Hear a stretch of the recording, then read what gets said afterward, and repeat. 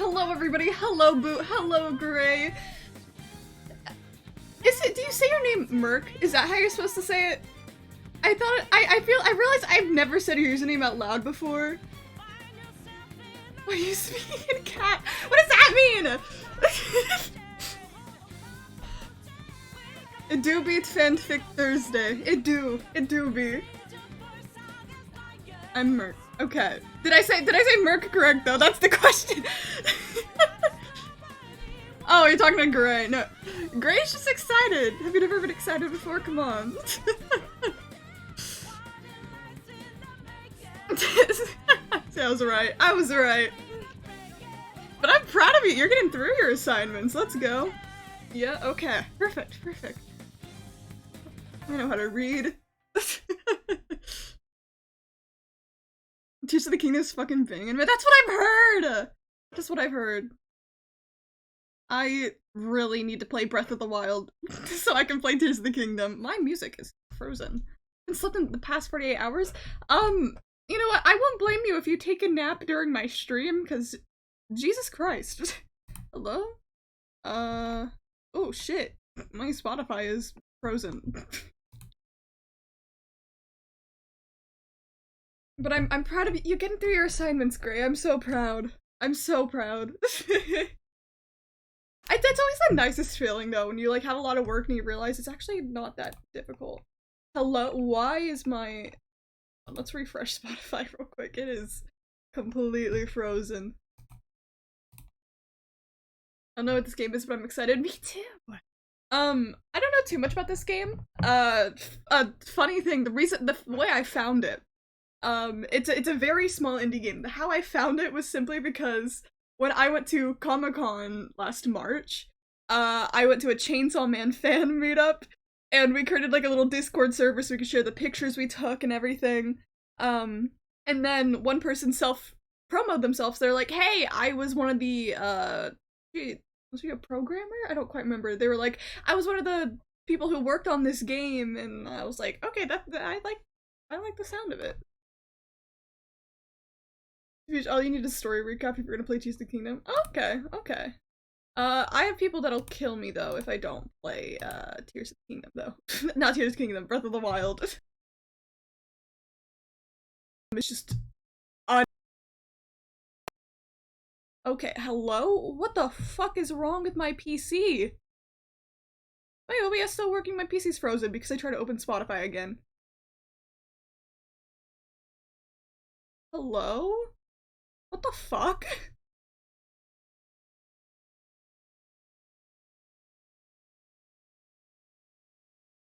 I can't even open OBS again. My shit's frozen.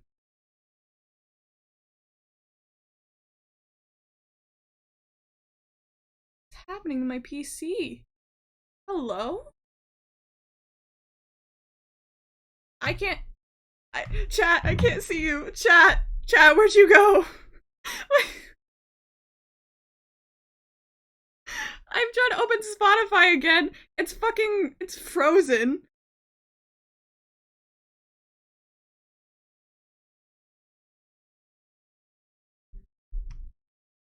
Hold on, am I still... Okay, my stream's still up. I just can't open OBS right now. I have my chat open on my phone. The OBS alerts don't want- they apparently don't. All I did was try to reopen Spotify. Yes, actually, I can't even end the stream, dude. This is just gonna be a 24-hour... Even when I'm gone later, I'll just come back and just talk to my non-existent chat on my screen. I basically only have an essay to finish? Hell yeah. Essays are annoying though. Yeah. My shit is frozen. Force close OBS. Well, it's not even OBS that's the problem, that's the thing. It's my entire computer. Mocha 24 hours subathon.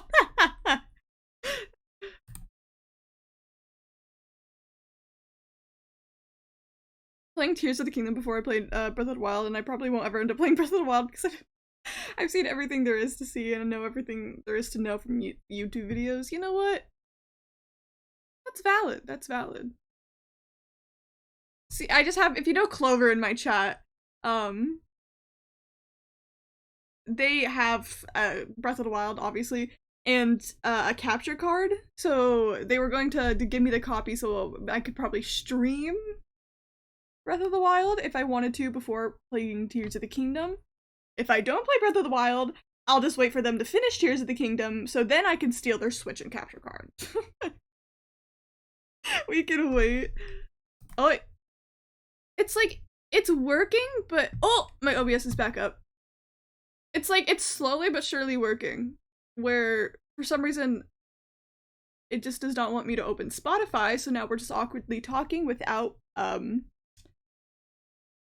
any music, but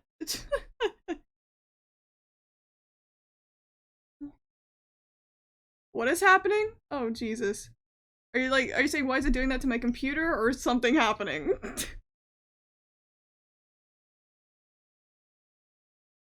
Oh, the smiley face?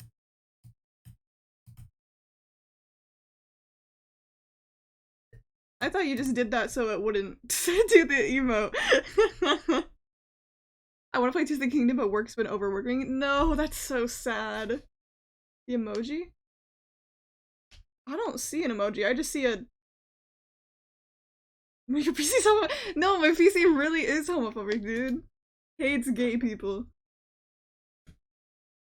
I'll do :D, but it's putting that weird ass thing, the :space D? I'm so confused. Should I try opening Spotify again? I'm probably not even gonna use Spotify for the game. It probably has its own music. And the sleeping emoji? I don't see a sleeping emoji. I literally see a :space D. I'm so confused on what you're trying to do right now. I know. SMH, my dumbass PC that hates gay people. I was playing the Hatsune Miku game by myself last night. I wonder if it was... Maybe it's Miku-phobic too. Taking a screenshot because this is being weird. Yeah, I was really confused because I was like, I don't see what you're seeing. I'm like, I want to try opening Spotify again, but my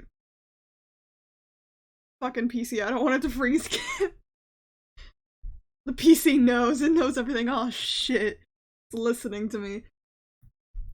It's shake SMH head. I've been neglecting on memorizing show music on my trumpet. My face when I'm in high school marching band. Loser! No, I'm sorry. That was mean. I was in choir. You're allowed to make fun of me too. But you know what? That's real. I don't do like any like music shit anymore in college, and I don't miss the memorization. So I'm chilling. Sent on Insta. I'll check. Oh, I can get my stream closed on my phone.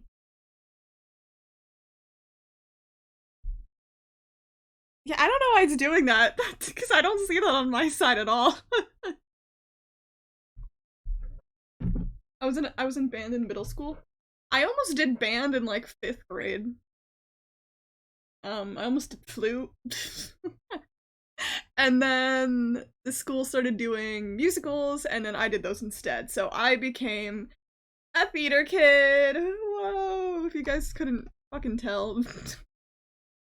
See, it's only on your side, because it doesn't even show it in like my little stream chat, like on screen. So it's just a you thing. And do shit in high school. And you know what? Good for you. Don't mind me. I'm opening a Twinkie right now. This is my pre-stream food. Oh, word, I work at a theater? Oh, hell yeah! I did musical theater from like, I went to Autumn's Theater's performances. Thank you. You got to see how many fucking background roles I got. It was not ever like, but the only leads I ever got were my senior year of high school that were still affected by COVID, so like almost no one saw those. I was a struggling theater kid. There's a reason I quit. I did it from 5th to 12th grade, and then quit when I got to high school, because I was like, this shit actually makes me kind of sad. And then fucking choir sucked too. Maybe I would still do music stuff if I had like good experiences in high school, but I did not. Like, I had like my choir teacher picked favorites, and I was not a favorite, so I mean, I was a favorite one year, and then I got up into a higher choir, and then she forgot I existed. And I was like, damn, you are kind of a bitch. She's like, Kingdom's reason I've been procrastinating on my show music, and the new director kind of absolute dog ass. Aw, that's annoying. The teacher procrastinating through Tears of the Kingdom is actually really based, so... Yeah, I had to work doing the Frozen Broadway musical, and man, I hate these songs now. Oh, Jesus. 2 weeks of Love is an open tour. Oh, that'll do something to a man. I love having insider info. Anything for my beautiful chat members. I could give you names too, Gray, because we went to the same high school. I'm playing the game that had the gay weed growers. Which game is that? Whichever game it is. Sounds awesome, but The new character as the last one died. Oh, rest in peace. my my high school. So how my like shows in theater worked. It's so awkward talking without background music, but we're just going with it because my Spotify didn't want to work. I was like, I'm trauma from Frozen now. But how my high school like theater worked is in the fall we had all district shows, so it was a K through 12 show. And then in like the spring we had like our drama club show with just the high schoolers. Um I love having names to drop when you say on the stream. Yeah. But Frozen, we were going to do Frozen, I think. But then COVID hit and threw everything off that was planned. The show we did right before COVID hit in that fall was Mary Poppins. That's what got me out of theater. I fucking hated that show. Like, some of the songs are fun, like I was in Step in Time. It's like a fucking 7-minute song. I had to dance throughout the entire thing. It was tiring. But like all of my friends had like fun roles, they were doing fun things, and I was just sad. I went to that show. Yeah, no. I was so miserable during that show. You have no idea. That is like what officially got me out of theater, but I still did it my senior year because I was like, all my friends do theater, so might as well. And then I got all my lead roles, and I mean, it was fun. I just didn't really care that much anymore. Imagine being a theater kid, meanwhile my ass literally moved schools because they wanted to focus on fine arts theater. I could never be a theater kid.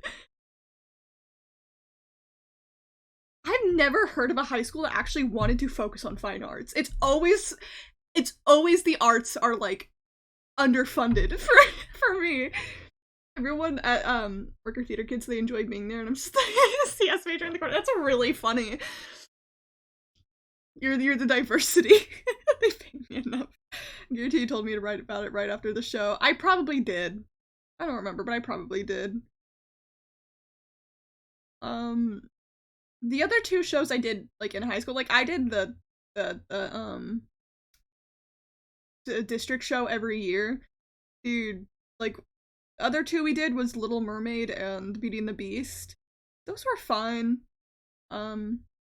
I got to play a silly girl when we did Beauty and the Beast, which are like one of like the 3 girls that are like madly in love with Gaston. That's probably the most fun I've ever had in theater. Because I loved the girls, the other silly girls. I loved them.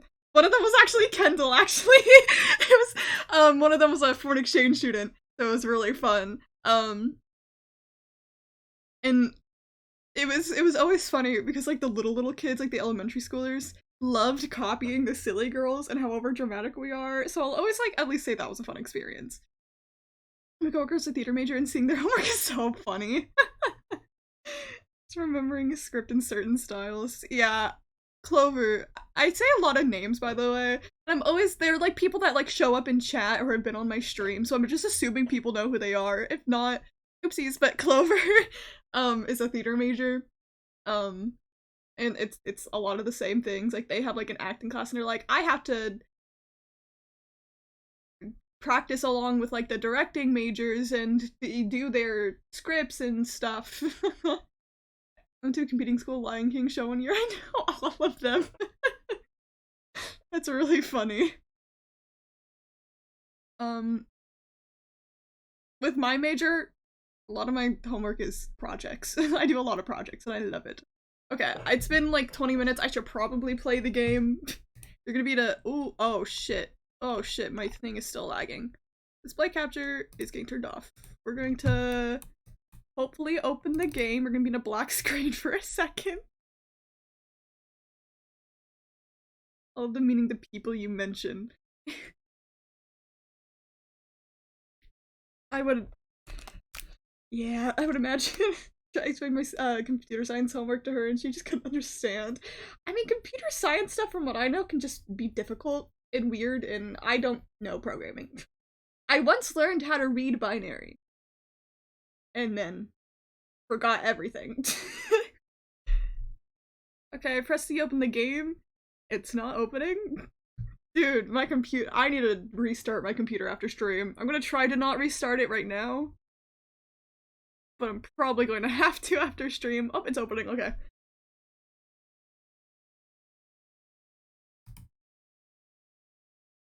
Okay, I'm gonna wait for game capture to hopefully... That's just smiles. We'll also be starting the game and the fanfic this chapter. Yeah, nothing will go wrong at all. Nothing at all.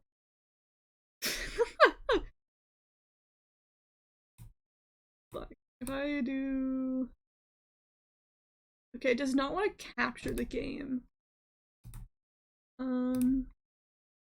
I'm going to... That is close. We're gonna fix this. Wait, no, hold on. This one can stay close. Stay there. I think I have this one set up. There we go. That should be fine, I think. Life after magic. I might voice act, guys. I might voice act. Oh my god. Yeah, I'm gonna try maybe to switch over to fanfic at like the 2.5 hour mark, just to like play it what the fuck? Just to play it safe. Because I know I do have plans today. I think they won't be picking me up until later. But I just want to like make sure I have time to get ready and everything.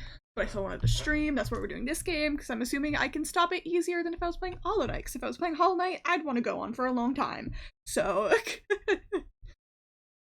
I wish I had stuff in relation to what my major is going to be, but it is only my first term.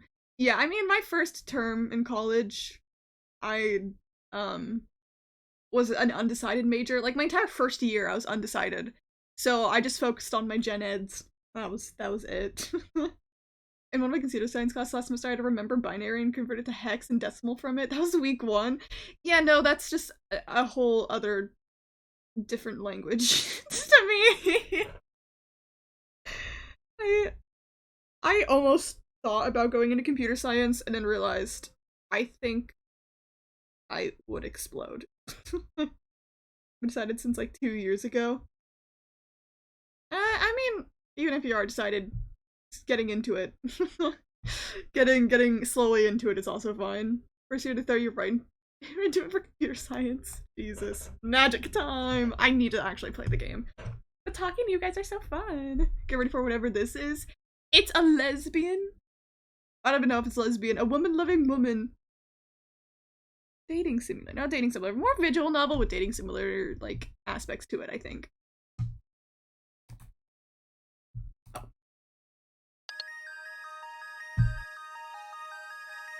It's all cute! I'm gonna turn it down a little bit. Wait, do they have voices? Do I not get the voice act? It's so sad, but I still want to hear their voices. The thing I hate about computer science is how math heavy it is. I barely passed Calc 2 with a C. Oh boy. See, I liked math in high school.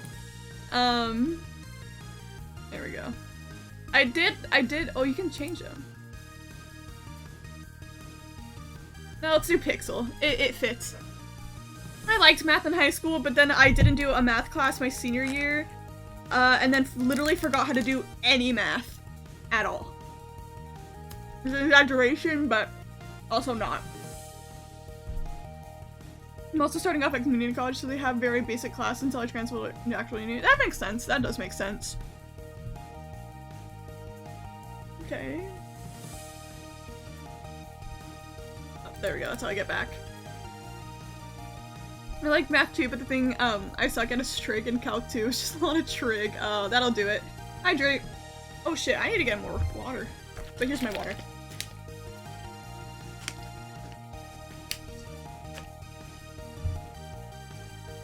Sans? Sans? Sand Undertale reference? Hold on, this is a little bit, let me fix this just a tiny bit. No, fuck it, that's, okay, hold on. We're going back to this one because the other one's set up for fanfic time, so let me just get this correct.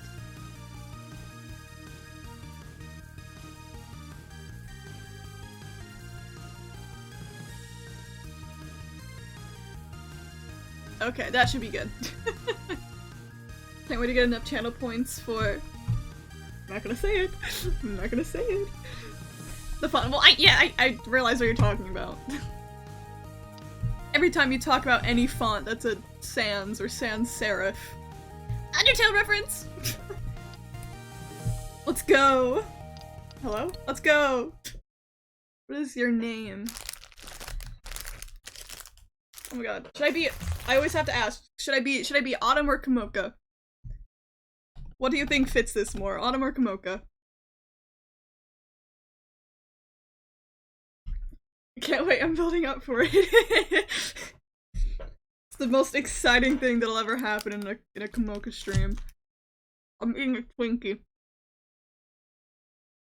I'm not gonna be Kumoka.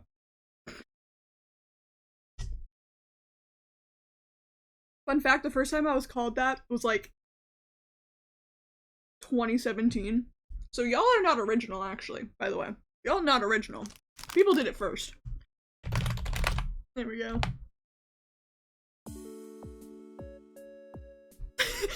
Hi! I'm Autumn. Hey, the one you said you got during like Stray that you tried to that you tried so hard to say counted. I need to fix this a little bit. You could not hear it. There we go. I'm outnumbered, I guess. I'm a 22-year-old high school dropout. I thought she was gonna say high school student, and I was like, that's concerning. I'm a 22-year-old high school dropout who's a bit of a klutz. My blood type is O, my star sign is Libra, and some days I wish I didn't save the world. This is actually my new identity, by the way. Forget anything you ever knew about me. This is me now. I should probably provide some context for that, huh? Wait, this is so cute! See, a few years ago, my best friends and I were fighting the forces of darkness almost every week. We were the Sentinels of Justice, and I was their leader, Princess Sentinel Starlight. Sentinels? Where's tens? I don't know my blood type at all!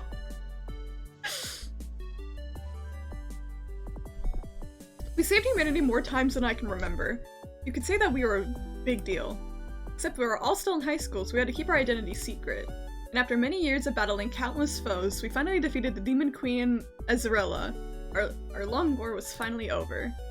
And that's the worst part. It was all over. All of it. In a few short months, the Sorry.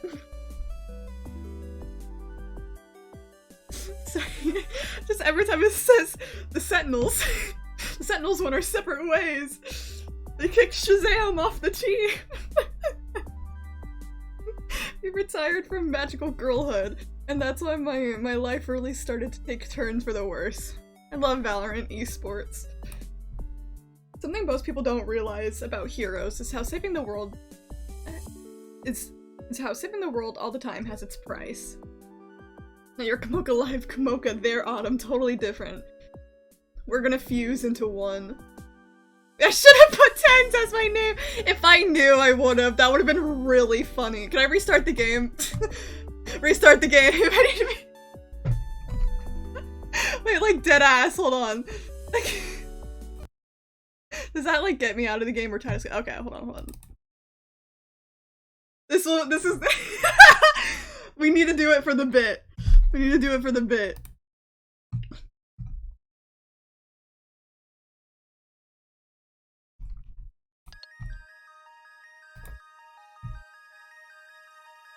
Okay, so Boo, pretty much, there's this Valorant esports team, called the Sentinels, that were like probably like the best team kind of like a while ago. One of their members is a streamer named Tens, and so now whenever it says the Sentinels, I can only think of the Valorant esports team. There we go. It's so stupid. Hi, I'm Tens. We're gonna go through what we've already read. Only Javi was here. Javi's missing out. We were the Sentinels. Nerd. No, you're right. Sentinels.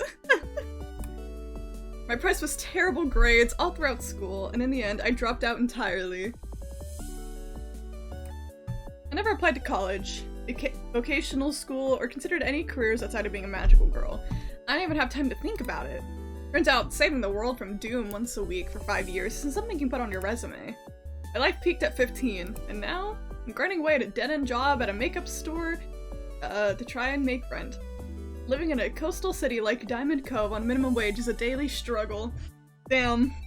Tens really fell off here. But worst of all, I never see my Sentinel squad anymore. Even when we promised to stay together. No matter what. Nobody warned me that maintaining friendships as an adult is more challenging than any supervillain. What kind of happy ending is this? My life's a joke. I'm broke. My love life's DOA. In a week and a half, it'll be New Year's Eve and everyone's all excited or terrified for the new year 2000 and the new millennium. But I don't even know what I want to do tomorrow, let alone the rest of my life. At least I still have one friend left from those days. Who the fuck are you? Ten's lore. Who was- I don't remember. Who was like the one person who, 11s! Who was the one person that stayed on Sentinels, after like everyone got like kicked off? Cause that's who this is. That's who this is. I don't know what the fucking voice for this cat.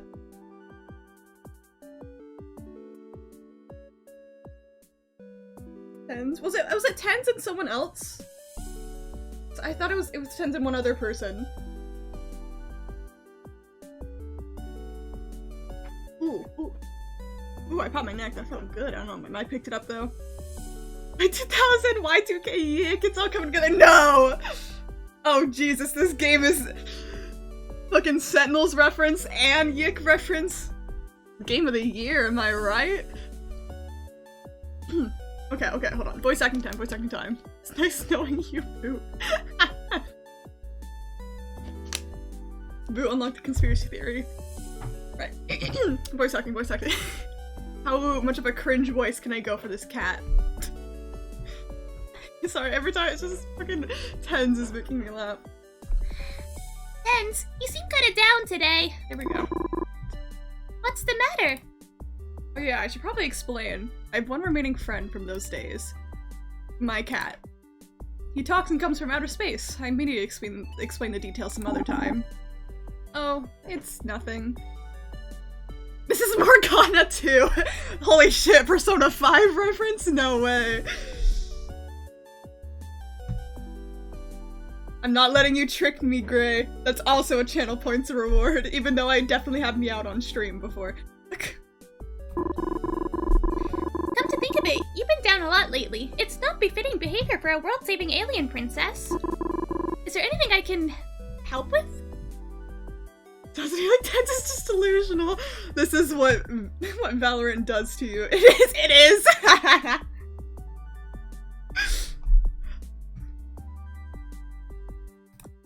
Oh, can you give me some more bad guys to fight? I want to eat ice cream under my bed sheets, then cry myself to sleep. Wait, do we want to play Valorant or play Valorant? This would be funny for you two instead. It would be funny. It would be funny. When are we doing the Monster Prom camp road trip stream? I actually need to play Monster Prom. Oh shit, thank you so much for the prime! Yeah, let me get the thing going. Thank you so much. Will the text-to-speech do it? Do I not have text-to-speech? No, okay, yes I do.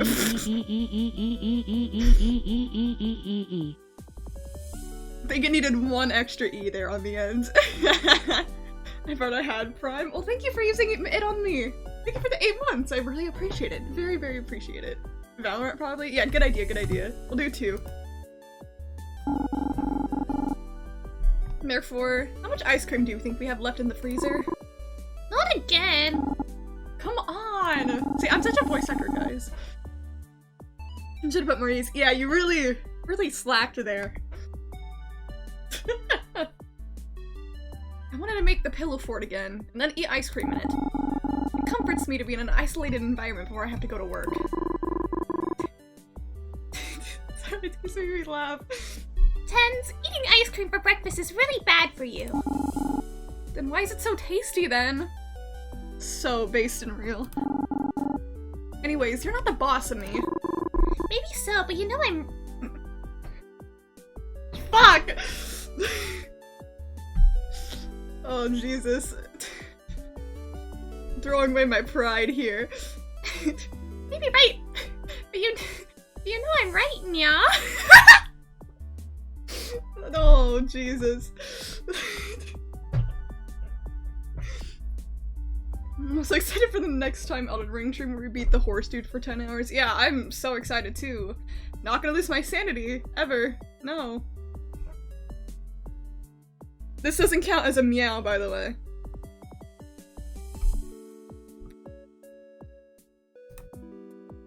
Sigh. Toast it is. Disguised toast reference? No way. Dude, I'm so annoying. Well, I would have toast. My damn roommate would buy groceries once in a while. Looks like I need to skip breakfast again. Oh, nuts. I'm gonna be late for work too. I better bust out the rollerblades and get hustling. My mentor said that today's gonna be a really extra super important. Is going to be. I wonder what it could be. The final attempts against that dude was so cool. Thank you. How do I clip? I don't know. Oh, okay, what's funny is you can check what you've, like, clipped on Twitch, and everything I've clipped has been absolutely accidental. Like, I don't even remember clipping anything. The chats are delayed. I'm saying so true to say you're annoying. No. I know chat's delayed. You're fine. But that's kind of funny, though. I didn't even think about that. That's really funny. You're one hit away from death. I know, I was so stressed, Boo. You have no clue. Like, I literally think I would have quit Elden Ring if I died there. Oh, wait, I like the music, though. I like the music. Ah, glamour pop. We're the last store still open in this dying mall. Oh, Jesus Christ. It doesn't even show up on screen all the way!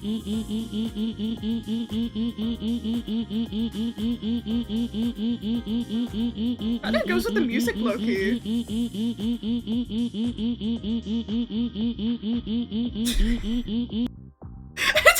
It cut itself off!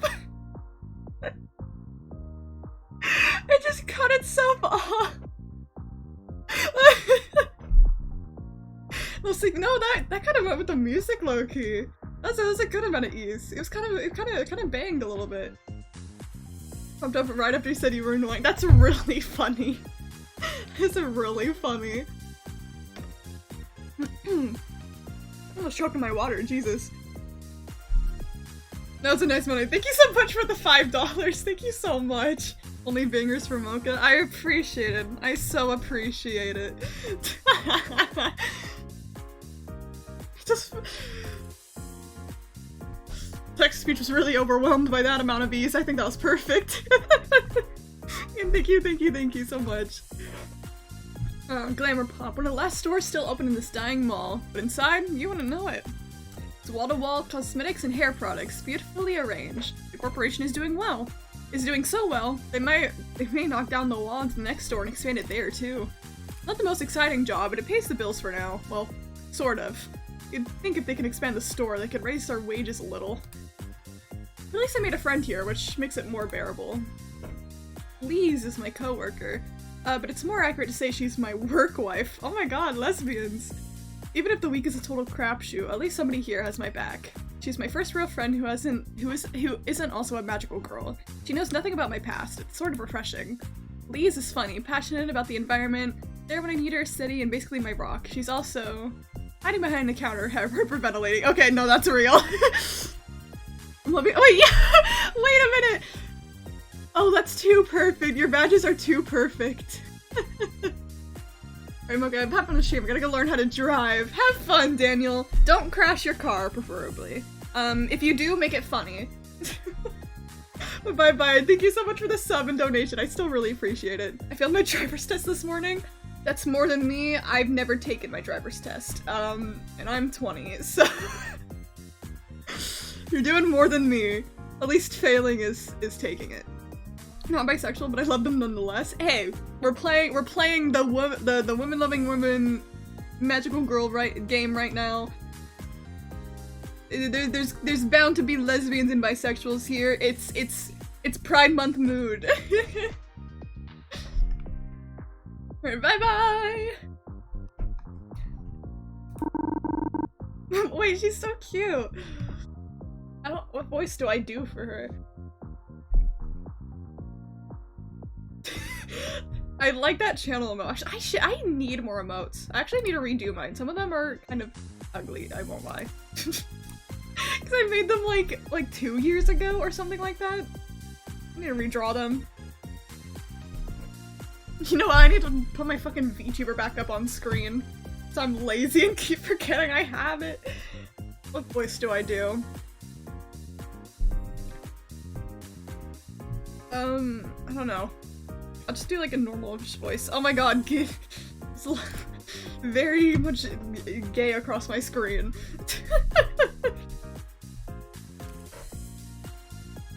There goes my emotes. We can flex them. I still like Kumoka Love, but I didn't even draw that one. Look, I'm not even friends with the person who drew it anymore, which is kind of awkward, but but you know what? We're gonna keep it. Why are there so many people here? I'm trying not to get it too close to the cat voice. At the same time, I only have so many voices I know how to do. It's not that many. Okay, wait, it kind of is a lot. Oh, let's calm her down. You got this. Remember what we say when things get tough? Wait, she's so cute. I am tough like spider silk. And that's the strongest thing ever. Really? I don't know what that is. Make her voice deep AF. Oh Jesus, that would probably hurt. My flag with my matches are green, purple, and gray. Is there a pride flag right like that? Research.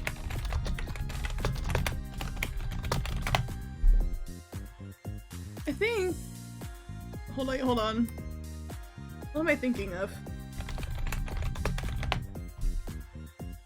There's a certain flag I'm thinking of right now.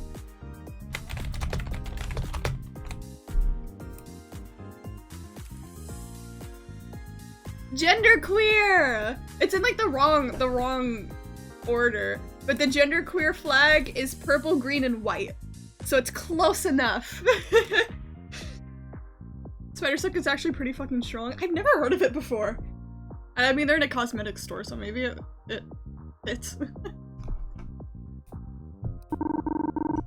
Oh my god. What's the lowest voice I can do? I'm definitely not gonna do a low voice, but for the bit. No, I'm gonna sound like Corpse. That's embarrassing. I ate my Twinkie.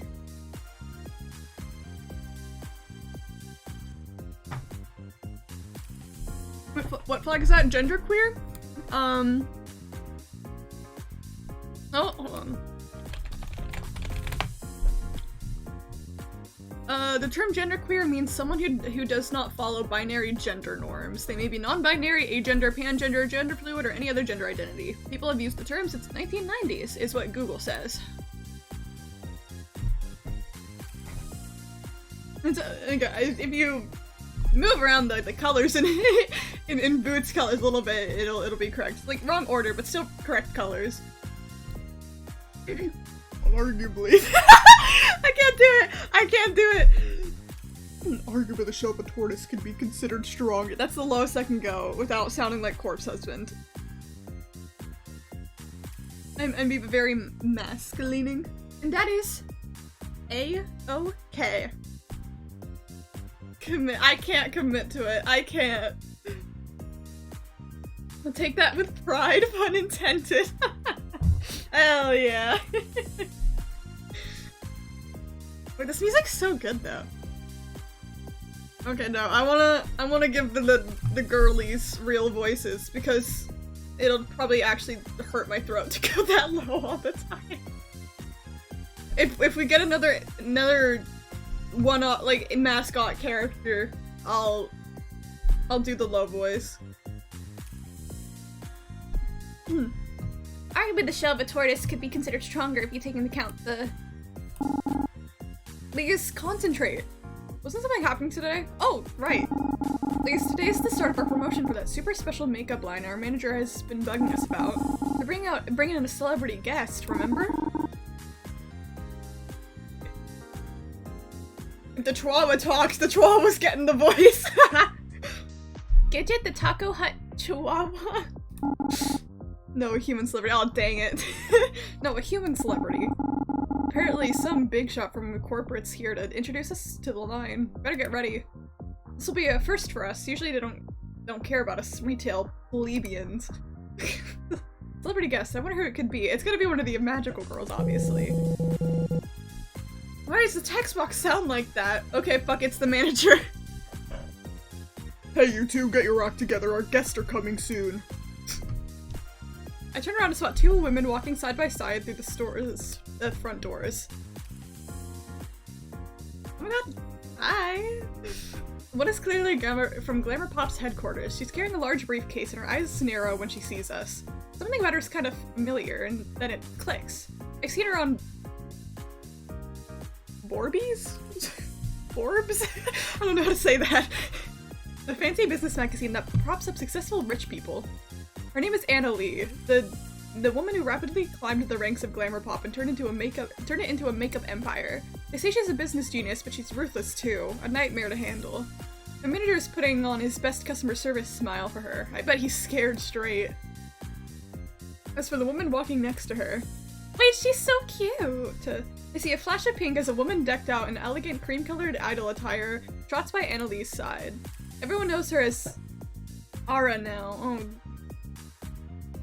A little too close to that fucking E-dater. Okay.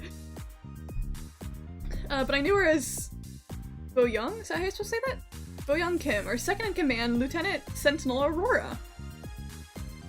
Wait, oh my god, so cute! I think her name's supposed to be Korean, and I don't know how to pronounce Korean names, so I do apologize if I pronounced that wrong. We've had her ups or downs. She's caring, but opinionated and hot-headed. Back when we were close, we argued a lot.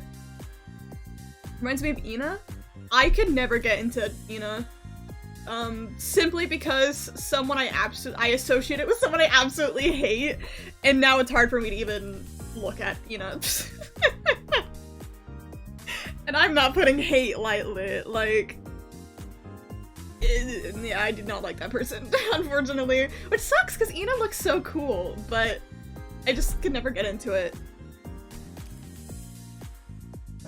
After the final battle, we kept in touch for a few months, but that faded out. I haven't talked to her in years. Since then, she entered the music industry and became a pop idol, and she's been popular since debut. Who I will tell you later. I think you probably know who they are. I'll give you the fucking tea later, Gray. If somebody's just enjoying Ina, I'm sorry for your loss. It sucks. It sucks.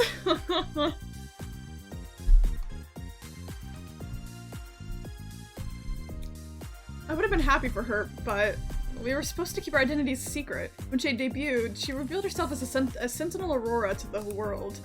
It was obviously a marketing tactic, but her new fans ate it up. I'm disappointed in her. I never thought she would use her identity to try and gain fame. Okay, so are we gonna enemies to lovers this, or like... I bet she's changed even more so now. Honestly, I wouldn't be surprised if she pretended not to recognize me. I cannot read. From Redacted School? Yes. In your grade 2, I think. So you're just a year younger than me, right? So it would be your grade.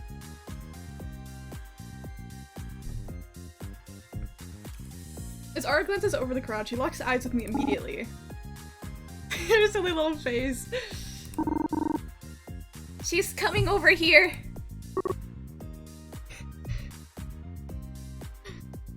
Ara is a Valorant esports fan. But did it did it click with you immediately who it was? Everyone else in chat is getting tea from my fucking high school years, but very vaguely. What other voice do I do for her? I think kind of like Mari voice. No? Okay, okay. You'll probably know who they are, though. More of an ooh, no. Oh, okay, okay. I can give her more of a Mari voice. Tens? What are you doing here? Actually, I work here now. Oh. I can fix the voice a little bit, but it's good enough. Ara fiddles with her necklace, which I recognize as her sentinel ring. We each have one, and it's the source of all of our magical powers. Still wears it after all these years, huh? The silence hangs in the air, and the atmosphere is awkward. It's been so long and I'm not sure what to say. It's nice to see you again, Boyoung. You can call me Ara now, it's my stage name. But I prefer it to my real name. I don't know if that's how I say Boyoung. I hope I'm saying it correctly. Hello, Kai! Hello! How are you doing? It's such a simple thing to have. Matching rings. It's from winning the Valorant championships. Oh, okay, got it. No problem. So what have you been up to lately? I haven't heard from you in ages. Transformer ad, get me out of here! I've seen the fucking Transformers, like, trailer so many times from going to the movies, but also just like fucking Twitch too. I could not care less about I was a Transformers fan when I was younger. But I got bored, and I don't like them anymore. Oh my god. Okay, she is kind of mommy, I won't lie. Alright, it's nice you've been reunited with your, friend. Why don't we get down to business? Everyone else is waiting for us after all. Right, sorry, I'm ready when you are.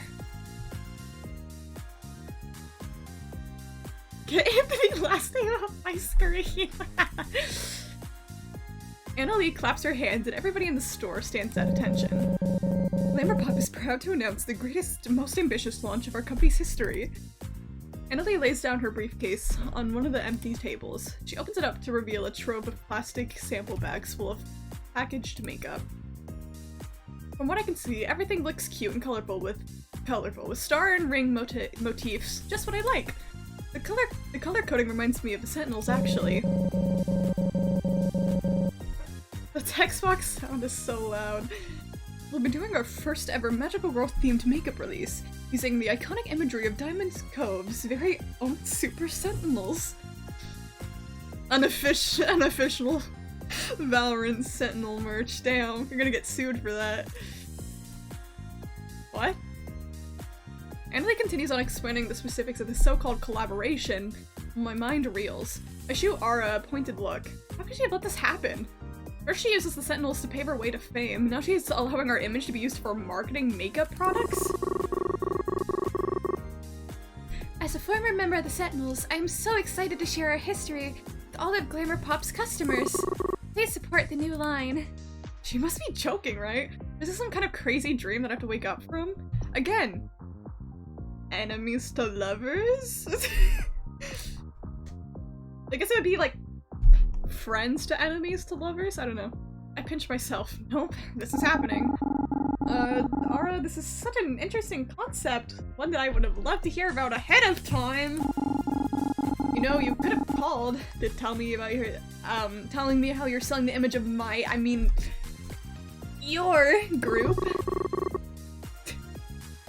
Oh, don't be silly, Tens. I'd be breaking my NDA. She gives me a half smile, half grimace while blinking rapidly from me to Annalie. Is it Annalie? Annalie? I don't know. Lee seems to pick up my discomfort. Why magical girls, though? They say that they're always saving the Earth. When I see them fight, it's just magical people fighting magical villains. The nature and regular people who pay the price of their collateral damage. Couldn't they use their powers for more pressing issues? Or better yet, couldn't we have heroes that aren't moon charged, but are regular people doing the hard work of really saving the Earth? Ugh. For me, the immediate action is to deflect. Wait, what does deflect mean? Just be like... I mean, we could defend magical girls because we are a magical girl. Also, I don't want to agree with her because that just feels wrong. What does it mean to deflect? Because I kind of know, but I don't remember if it's like a bad thing or not. I really like this music though.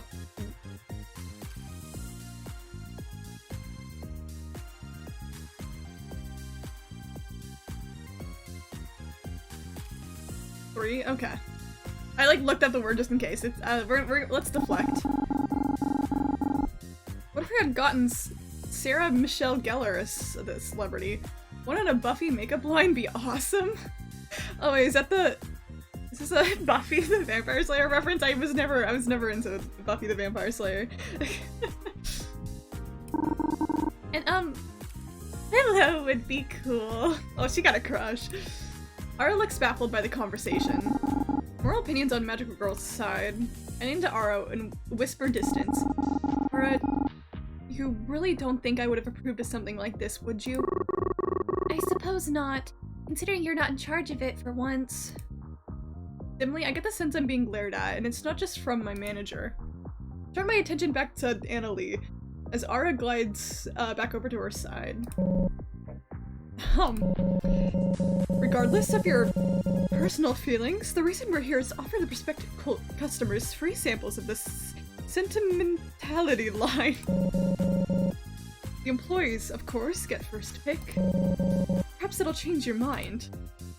We start to open the samples Annalie presented us with.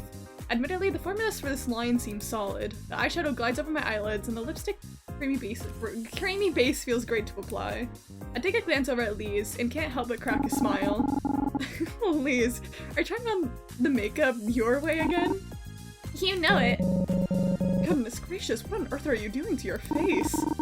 Did you know that flamingos use an oil secreted from their butts to keep their pink feathers from fading in the sun? It's like Rogue. The pink reminds me of that. How ridiculous. I thought you trained these girls. But ma'am, we do. This hire just has unique taste. Fucking stupid as a low voice. You bet she's unique. I always look forward to her next look.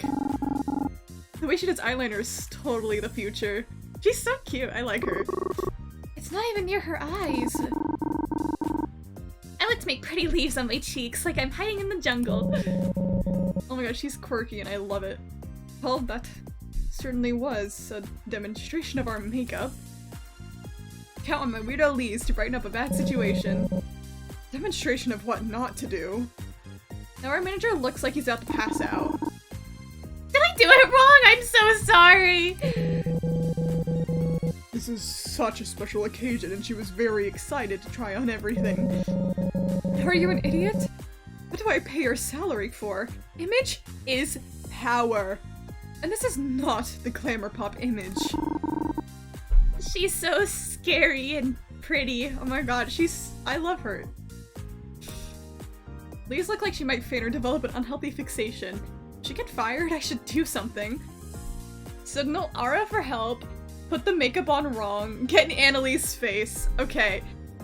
These don't seem like good ideas. Well, I mean, okay, let's not do this one. This one could take, like, at least the attention off of Lise, but be bad for the manager. Well, I don't really care about the manager, so. This one could help, but at the same time, what if she still decides to be, like a bitch?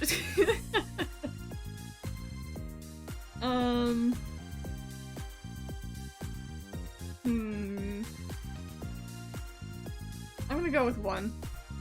I make Isa Ara help us. I think she gets it. Okay, we're good, we're good. Creativity and self-expression are hearts in my image, which is on this brand. So I can say she uses the makeup however she wants. Is that so? Annalie seems to cool off. I mouth thank you to Ara, who gives me a look that says you owe me. I guess the strange girl can stay. But Annalie turns to the manager. But you're fired. What? Fuck the manager, who cares? I must get to my next meeting. Ara, come along. Other stores are expecting us after all. Expect shipments with more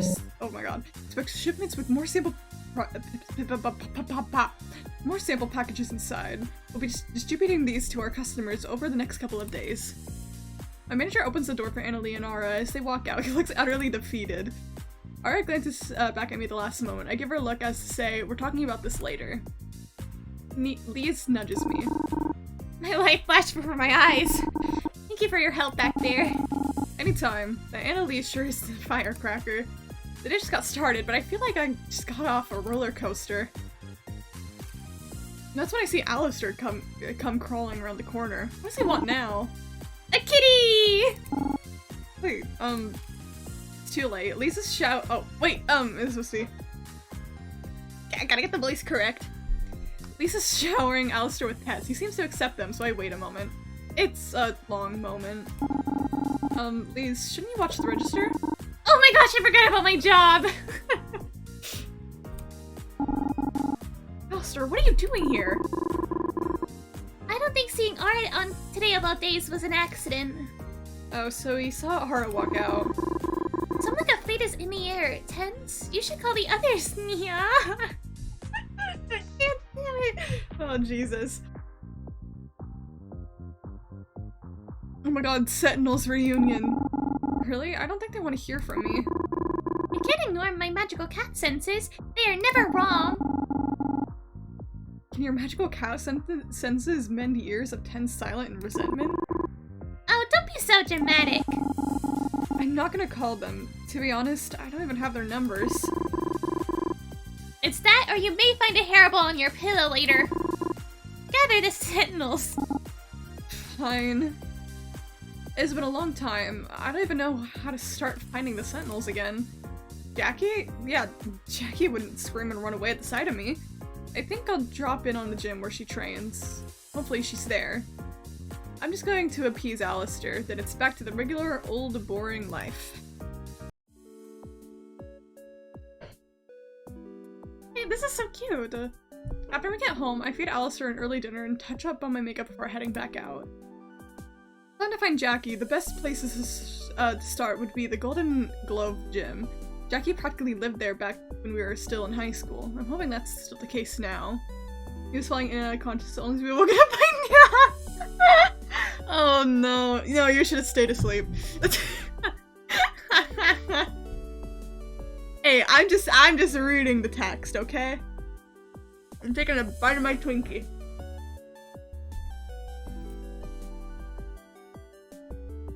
I take the path I know best through Cove Park and expect to be tied up with an anxious feelings of doubt. Instead, something about the walk there begins stirring up old memories. Even though there were quite a few changes in the path remained largely the same, and I feel an odd comfort in that. Would Jackie be the same? Of course she would. What am I thinking? Even in the earliest days, before she even had her sentinel ring, she fought tooth and nail to become the woman she always knew she was. That never changed, even when her opponent was her own family. She has always known what she wanted out of life, and we respected her for being so grounded. Although there were definitely times she was more spaced out than me. She still was and always there for us. She was still always there for us when we needed her the most. All the more reason why I feel terrible looking back and seeing how little I've kept up with her. She never failed to call for holidays or my birthday. Despite that, I even lost her number. Man, why am I so bad at this? I really need one of those new cell phones with caller ID. Not that I can afford a new phone anytime soon. While weighing the options, I read it as Mocha and I was like, what? I'm referencing this game, no way. While weighing the options of a Nokia versus a flip phone, I arrive at the gym at no time. Jeez, the Golden Globe is still open, but it's nearly vacant save for 2 people. I mean, the music is so fun. In the center of the ring, I spot Jackie wearing mitts and catching punches from a little girl I haven't seen before. Oh my god, I only have so many voices I can do. I'm already like running out.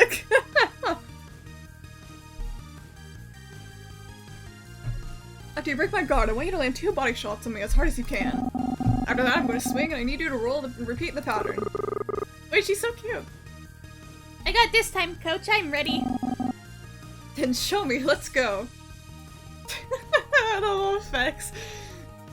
This new girl starts to throw a flurry of punches that Jackie catches with her mitts. Every so often, she lets a few slip by, allowing Layla to hit her in the same spots.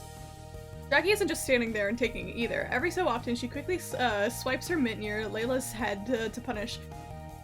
But each time, Layla smoothly ducks and rolls out of the way. That's it!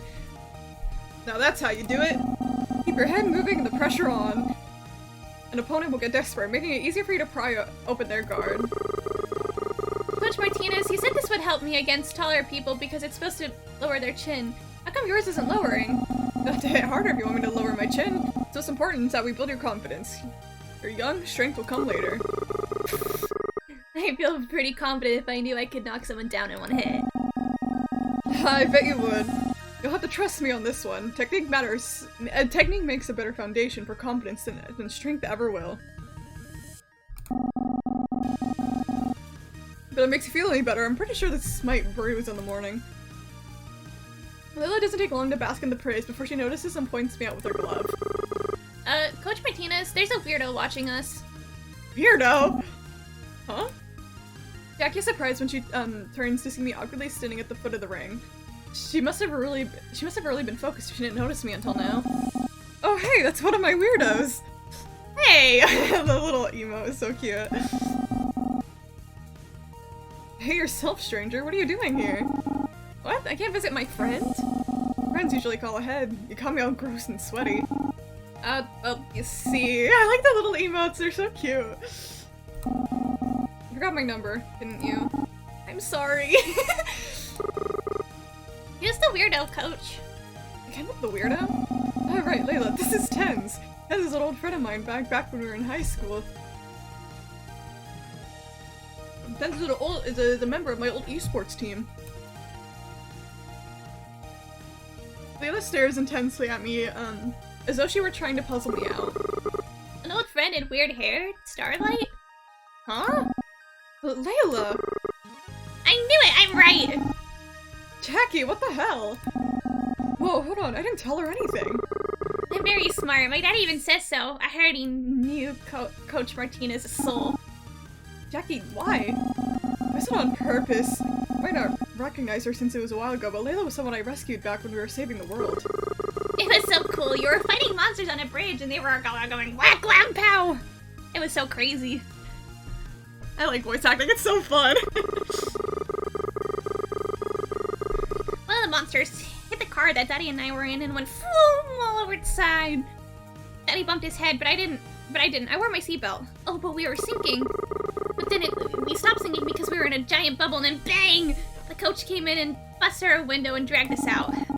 Wait a minute. Can we please go back to the part where your father bumped his head while falling off a bridge? He is alive, right? Huh? And he's way too deaf to die, silly. He just went to sleep for a bit. Becky rolls her eyes and sighs. So apparently her father knew my Tio, and out of sheer coincidence, she joined our gym about the same year as our breakup. She, never seemed to have forgotten my face, I guess. Layla gasped. You dated Starlight Sentinel? That's... Layla, the team. We're talking about when the team disbanded. Oh, I get that. Yeah, that makes a lot more sense. What's that supposed to mean? Okay, hold on. I was there dealing with the monster and was nowhere near you. How did you figure out who I am? Oh, that's easy. Coach has no social life, so you had to be one of them. That's really funny. Layla! It's true, though. You're either here hanging out with that biker girlfriend of yours or going to concerts for that Ara lady. Oh my gosh. Lesbians! I love lesbians. Ara, really? Biker girlfriend? I want to know about the biker girlfriend. It's not what you think. They're just my friend. Look, you can ask. Jackie stops mid-sentence when Layla begins to mock her with her kissy noises. Jackie claps her hands suddenly. Gee, would you look at the time, Layla? How about you finish the day off with some jump rope before your father gets here? But hop to it. Layla nearly trips over herself as she runs off without question. She can be a handful, but she's got a good heart. So what can I do about you, fearless leader? What have you been up to? Surviving. I work at a makeup store now, and I'm trying not to drown from the rent while I figure out what I want to do with my life. Makeup store, huh? That suits you. Good for you. Huh? Are you making fun of me? It's a retail nightmare. I'm not. You were always big on makeup, so it's nice to see you work somewhere that suits one of your interests while you figure things out, right? It's nice to know we have something in common now. What do you mean? Don't worry about it. It's nothing. Are you sure? You know that kid packs more of a punch than I give her credit for. Say, how about one of those good old-fashioned Starlight patch-me-ups? I sigh to myself knowing that I'm not gonna pull more out of Jackie once she gets invasive. I look around to see if if there's anyone else in the gym, and when I see that alone, I nod my head. Alright, fine. Show me where it hurts. Mostly the sides, here and there. I lay myself down to get a good look at and place my hand where she guides me. Jackie breath hitches when she feels the touch. But this is so cute! I forgot about this part. It used to tickle. I don't know how I could forget. I had to heal you more than anyone else on the team. Oh my god. Tens is playing Sage. No way. Yeah, that's what happens when your confidence leads with strength and not technique. I see. I can make out the damage Jackie was referring to. It was subtle and still fresh, but I played the role of a healer a lot. Now this takes me back. Noticing when something was off came naturally after I had enough experience. I wonder what went wrong. Not that I don't appreciate your attention, but are you gonna start soon or... Huh? I stepped out of my daydream and noticed my magic was acting up. There was supposed to be a bright light coming from my fingertips. That's not supposed to happen. What's wrong, Tens? My light is dim. I'm supposed to be way brighter than this. Tens flop era. Oh no. He ranked down to fucking Ascendant. Oh no.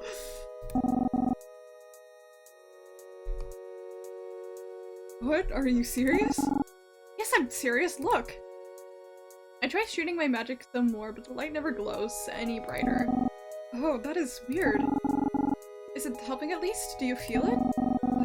Kinda. It's a little tingly. Maybe my tickle tolerance has gone up? Alistair warned me about something strange was going on. This must be it. Jackie, have you had any issues with your magic? I haven't touched it in ages, Tens. It's a little dangerous to be throwing around in retirement, especially if your healing isn't working too well. I really don't want to bust open another punching bag for this. Those are pricey. You know mine is kind of fickle anyways. You're better off asking everyone else. Besides, if the little dude says something is up, he's usually right. I tried my best to hold back a groan. I knew I had an I told you so waiting for me when I got home. More than that, this was not how I pictured meeting up with everyone again. Fine. I guess I'll have some phone calls to make. Do you think maybe you could sing their numbers too? Yeah. Don't worry, I got you. Jackie runs across the gym and runs across the gym and pops open a door leading to an office. I can hear her scrambling for a few things here and there, but soon enough she comes out with a piece of paper and hands it to me. Here, this should be all of our numbers. Once Layla gets picked up, I'll be good to go. Just give me a call when you figure out when and where. But for now, I gotta head back to her training. We've got time. Ditch the rope, Layla. Let's take it back to the bag. Some routine as earlier. Show me how you're going to be a champ.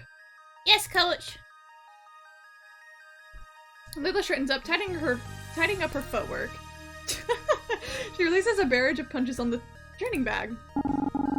Alright, thank you, Jackie. I guess I should head out then. Hopefully I'll see you soon. After saying my goodbyes, I take one last look around the gym and wave to Layla before I leave.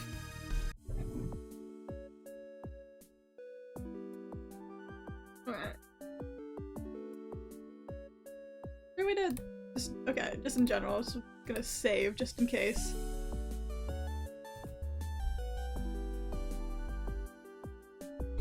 I text the former sentinels to meet me at the park. I scope out a place that's empty so we won't be overheard. Magical Girl 101, keep your identities and intel secret. That old hideout was destroyed when Solaire lured the treacherous tango dancers right to us. Used the wrong card from his magical deck and blew up the whole place. Eating some more of my Twinkie.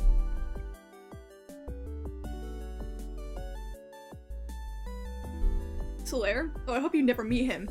Ever. Ever, ever. I'm serious. Ugh. Anyway. You did send the message out, right? Pages have been sent all around. I wonder what Ara will be wearing today. Not this again. Mercifully, someone has arrived before I hear another rhyming ode to Ara. Looks like Ara and Jackie are the first here. I caught her on the way in. She's hard to miss. I'll take that as a compliment. But she's so cute! Miranda, aka Sentinel Nova, arrives next. She still has that glow about her. Her specialty was creating things out of stardust, and then exploding them. She was never the most talkative member of the group, but she always pulled more than her weight. Hey everyone. Long time no see. Miranda nods awkwardly. Yeah, it's kind of partly my fault for not seeing her, but not to shine too bright a light on that. Jackie and Miranda share a brief but friendly wave. Those two never were super close. Ara bounces forward to her. Miranda, how's work going? Oh, where do you work now? You didn't know? Typical. You didn't know where I work until this morning. I wouldn't say that's my fault. On you two. I'm trying to give her like a raspy voice, I'm trying. And I'm working at a wood shop these days, it's good. I really wanted to put our magic days behind us, so I was surprised that you called. It's hard thinking back on those times. Yeah, being a magical girl was hard on all of us. I'd love to see what you're working on. No, I'm not saying that. I'm gonna say this one. I'd love to see what you're working on. Miranda blushes suddenly. Oh, this will be the wood shop anytime. I can show you something I've been working on in my spare time. Sounds great. That's almost everyone. Still someone missing. Sentinel Perigi? I do not know how to say that. The little awkward bubble girl. I don't like her to be late. Does anyone know if KJ got the memo? Killjoy! No way! It's all a reference. Fucking forming a Valorant team. Like, deadass. Probably won't come. Sorry, they hate all of us now. Oh! They go by they, them. Huge. They? Oh, I guess you haven't seen them in a few years, so you wouldn't know. AJ realized I'm not a girl about 2 years ago. They didn't want to be called a girl or she. Just show them the same respect that you've shown me. Oh wait, that's so cute. Okay, I'll try to remember it. So, they are still going by KJ, yeah? Yeah. Well, there's still our shy little Perigi. I don't know how to say that word. Accept them no matter. Someone pulls up on a motorbike. Weird. I don't know what someone would be doing here at this hour. A stranger dismounts and walks towards the group. They remove their helmet. Oh my god! Hey there, handsome. KJ? I have no idea what voice to do for them.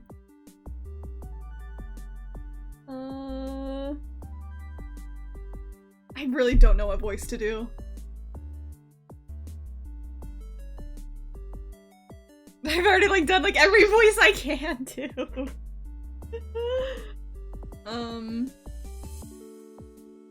I could try to do- I kind of did a lower voice for Jackie, but I could try to do like a kind of lower voice for KJ. Maybe that'll fit. I don't know. Oh my god. Hey there, princess. It's been a while, huh? Sorry, I'm late. Try my best to keep my composure over how different KJ is compared to when we were in high school. Wait, are those tattoos?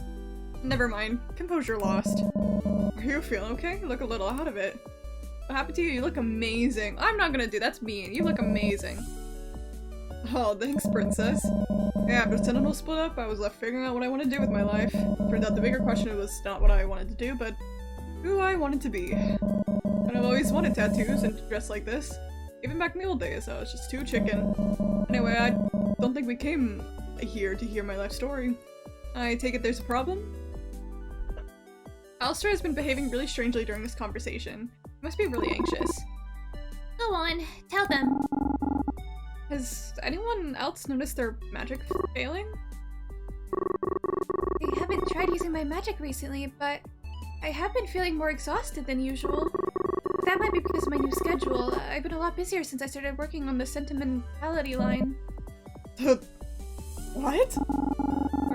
I'll let someone fill you in on that later. Anyone else? Have you tried using your magic lately? No, but... Miranda sighs and holds out her hand, palm upwards. Specks of dust begin to stream from her fingertips, materializing out of thin air. They swirl around her hand in an ethereal glimmer before disappearing into a tiny controlled explosion. Seems fine? I would check, but I don't want to hurt anyone here accidentally. Oh, there's a lot of trees around. Fire hazard. I guess it's just me then? I mean, I can test it now, but do you want me to? I'd have to do it to one of you. You can do anything you want to me, Ara. That sounds... insane sentence. I don't want to hurt you. Angelically beautiful and cares about her friends. Oh, how I miss you. Alistair, first off, it's been years. Second off, you're a cat. It's never gonna work. Oh wait, wait, the cat actually does like her.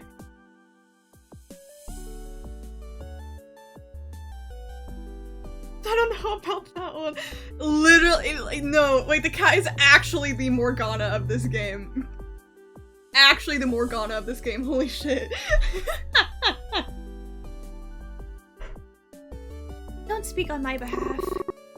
I missed you too, kitty. Just because you're single and lonely doesn't mean you have to project onto me. Dog, you literally the Morgana of this game. Wow. Ara, what does this mean? Oh, I really missed you. I mean, it's probably because the cat insulted me, but... It's a little... The vibes are a little awkward right now.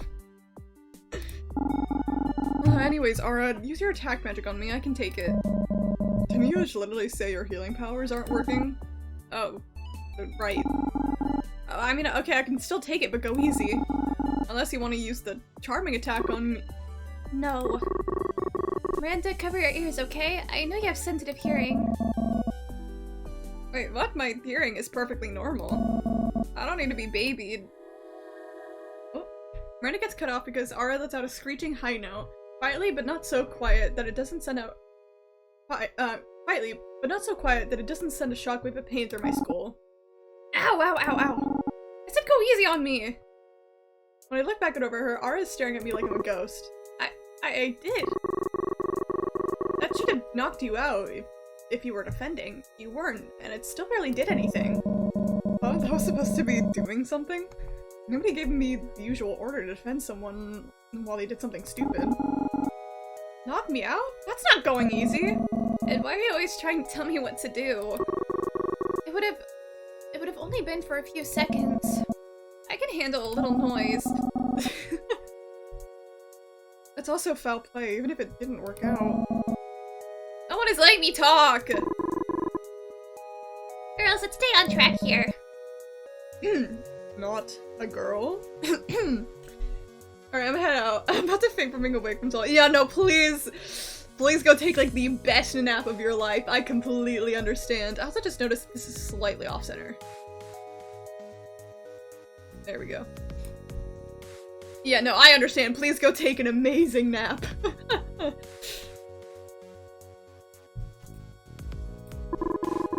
Listening to Squabble is giving me a hairball. Please, let's not have it come to that. Although it's better than him hucking one up at home. The point is, something is deeply wrong with magic. And if we keep fighting amongst each other, we'll never get to the bottom of this. The group looks around at each other unsure. Alistair's right, but can we really work together when some of us have changed so much? And some of us haven't? Look at Ara, and she raises her eyebrow back at me as if she were to ask, what? Could this just be a fluke? This isn't a lot to go on. Personally, I prefer it this way. I never liked my powers. It's not about liking your powers or not. If magic in general is in danger, we need to protect it. Magic is important. Magic does suck, but it doesn't matter how we feel about magic. like that good my message of bye.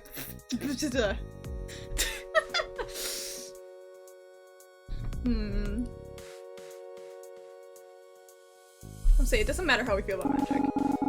It doesn't matter how we feel about magic. We need to stop arguing and do something about the problem at hand. Our opinions on magic don't have to change just to investigate if there's an issue. We should check it out just to make sure no one is getting hurt. Sometimes you just gotta get into the ring. Jackie's corny line aside, she has a point. Can everyone at least agree to look into it a little? Keep their eyes and ears open? Begrudgingly, the team nods along. Okay, then let's keep alert. Okay, then let's keep alert and keep in touch. I hope this is just some fluke, but maybe an excuse to see everyone again isn't so bad? We all leave for the night, maybe a little worse for the wear. I let Ara take the reins on explaining the Sentinel makeup line to Jackie, KJ, and Miranda later on. And somehow, I doubt that conversation will be hunky-dory. What a day. I swore having a product launch would have been enough to make it a momentous day in a string of normally dull ones. But then Ara was our celebrity guest. It didn't stop there. It's been so long since I've been to the Golden Glove. Have I been saying that wrong the whole time? Golden Glove? I don't know. Catching up with Jackie. Did magic failing, seeing the whole team together, and how much it all changed? Miranda, and especially KJ. So much to take in. My brain is swirling, and not in a fun, soft-serve ice cream kind of way. Is there really something wrong with magic? Will I be able to reconnect with my old teammates without making rifts between us worse? Will we be able to come together as a team? My mind is racing with the future. The future. What's it gonna bring this time? I was scared before when I was just worrying about the next month's bills, but now it feels even worse. Am I even half the Sentinel Starlight I once was? There's some crisis. Will I be able to conquer it this time? They gotta climb their way out of Ascendant. They all D-ranked. It was a hard rank reset. I'm gonna keep making stupid Valorant jokes. My head is throbbing with all this worrying. My eyes are heavy. Better get some rest. That night, I had the most amazing dream.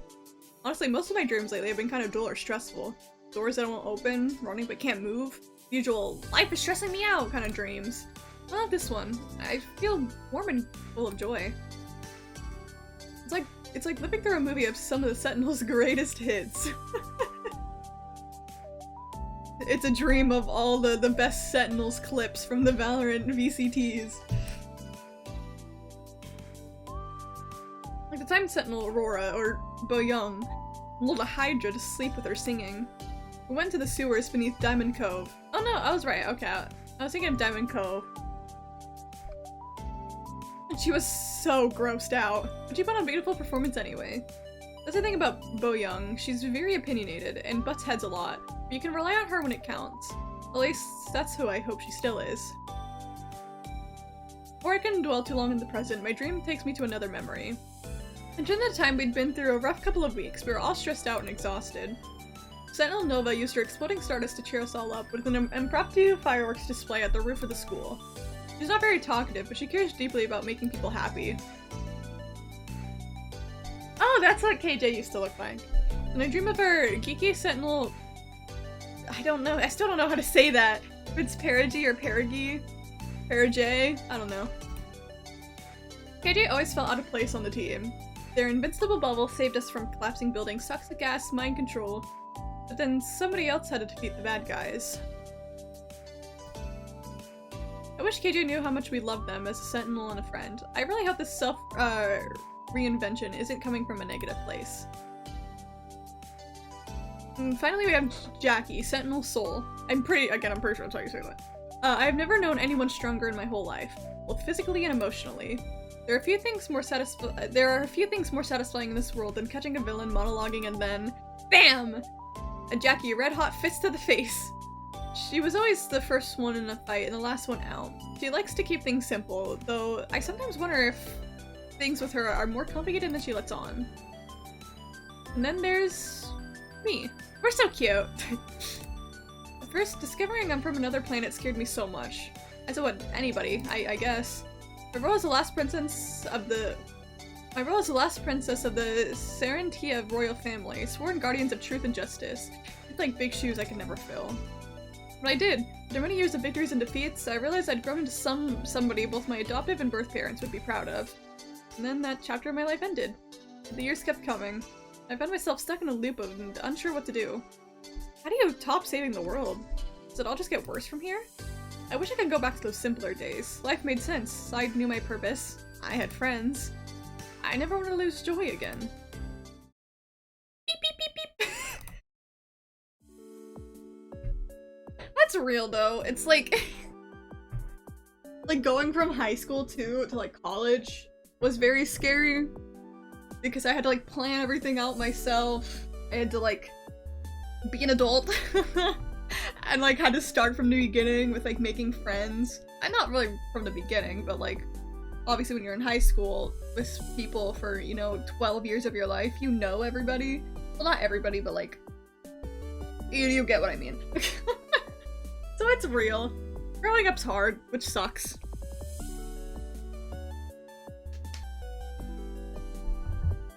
My alarm clock pops my dream like a balloon. I lay there for a while, staring up at the ceiling.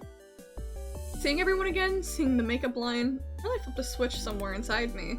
Alistair nags me out of bed. At least some things never changed, and I hurry to work. Time for work. Another day of minimum wage. Whoopee. Alistair, what are you doing here? I came to check on you. Now that we know something's happening with your magic, what if something else is wrong with you? Do you have a fever? I'm a little tired, I guess, but I'm fine. Do you remember how your job works? You know where we are right now. Do you know your name? I'm Tens, Lost Princess of Serentia, and I'm a retired magical girl. Work at this retail hell known as Glamour Pop, where I sell makeup. Did I pass? Yes, but don't let your guard down. Make sure you touch base with everyone too. Now that you're reconnected with your magical girl teammates, you have a chance to hang out with them after work. We get to choose? If I'm not exhausted from work, that is. Right. If you have a good day at work, you'll have extra energy to visit your friends afterwards. If customers are extra terrible today, you might not have energy to visit multiple people. I should be careful about what I say to the customers. Good luck! Oh, is it gonna be like a little mini game? Hi, welcome to Glamour Pop. How can I help you? Hello, I've never been in one of these stores before. Oh, is there a reason why you're visiting for the first time? I'd like to buy something for my wife. It's her 30th anniversary soon. See, I like to think this is a lesbian couple because I can see like the little pigtails. So I don't know much about any of this. I'd like to hear your suggestions, young lady. Sure, I'm happy to help. Something an older woman would appreciate. Well, probably not lickable bloody glitter.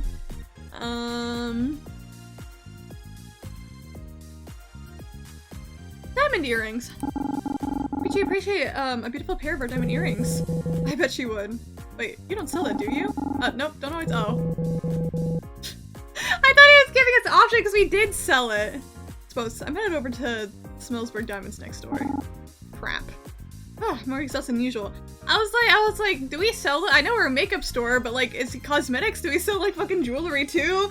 So okay, now I just look dumb. I'm more exhausted than usual. I guess I'm feeling some side effects from the magic disappearing too. I'll hang out with anyone today, like Alice said, but I can do it tomorrow. Oh god damn it! Working with the customers today was exhausting. But they're always a bit demanding, aren't they? I'm glad I'm home. I guess nothing really strange happened today. That's a good sign. All this stuff with magic was just a hiccup.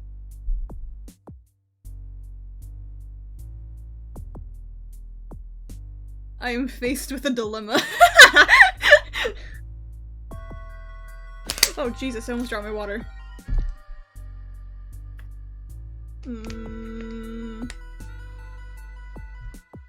Yeah. Yes, Alistair, I know you have your magical cast senses or whatever, but I replaced it with a— oh no! It's a channel points reward!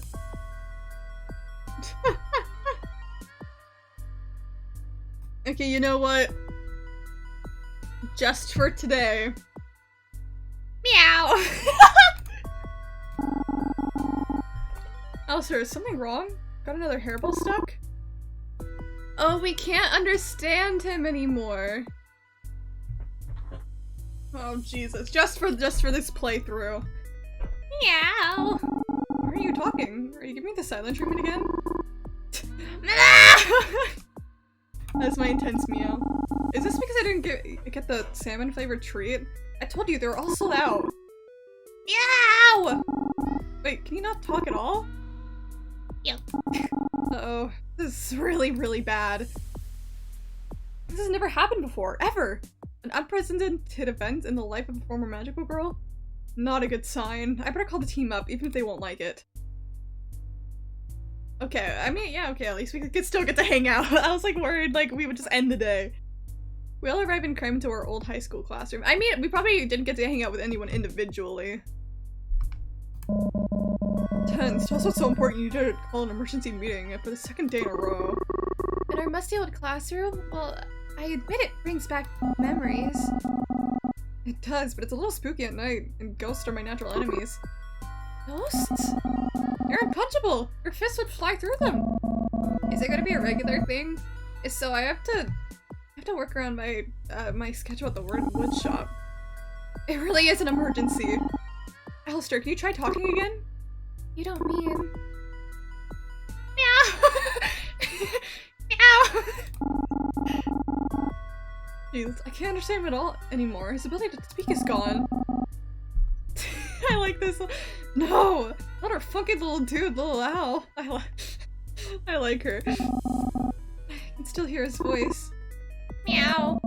I mean, yeah, we can still hear his voice. More about comprehension.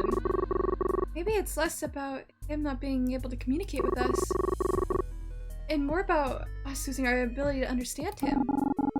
I tried using my healing powers on him to see if it would help, but... Ah! Okay, nice sneeze. Honestly, I can't imagine...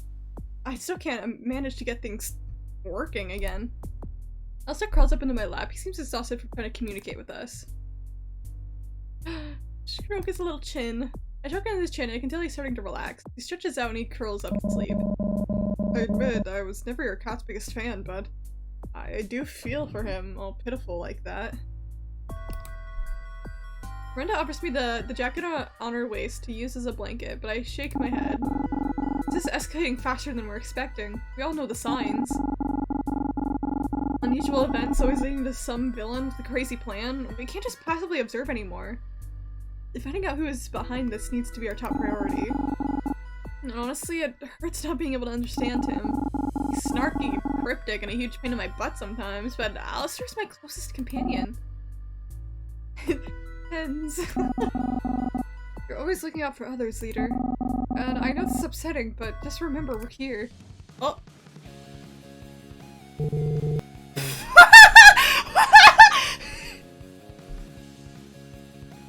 Who was this Yu-Gi-Oh? Looking... What the hell?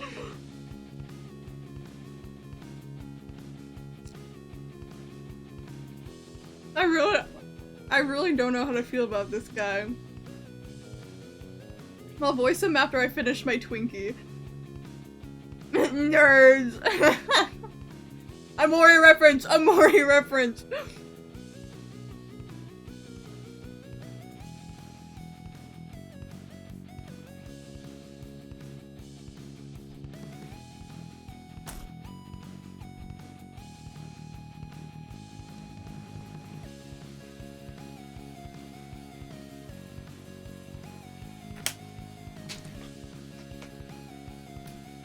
Okay. I was finishing up my Twinkie.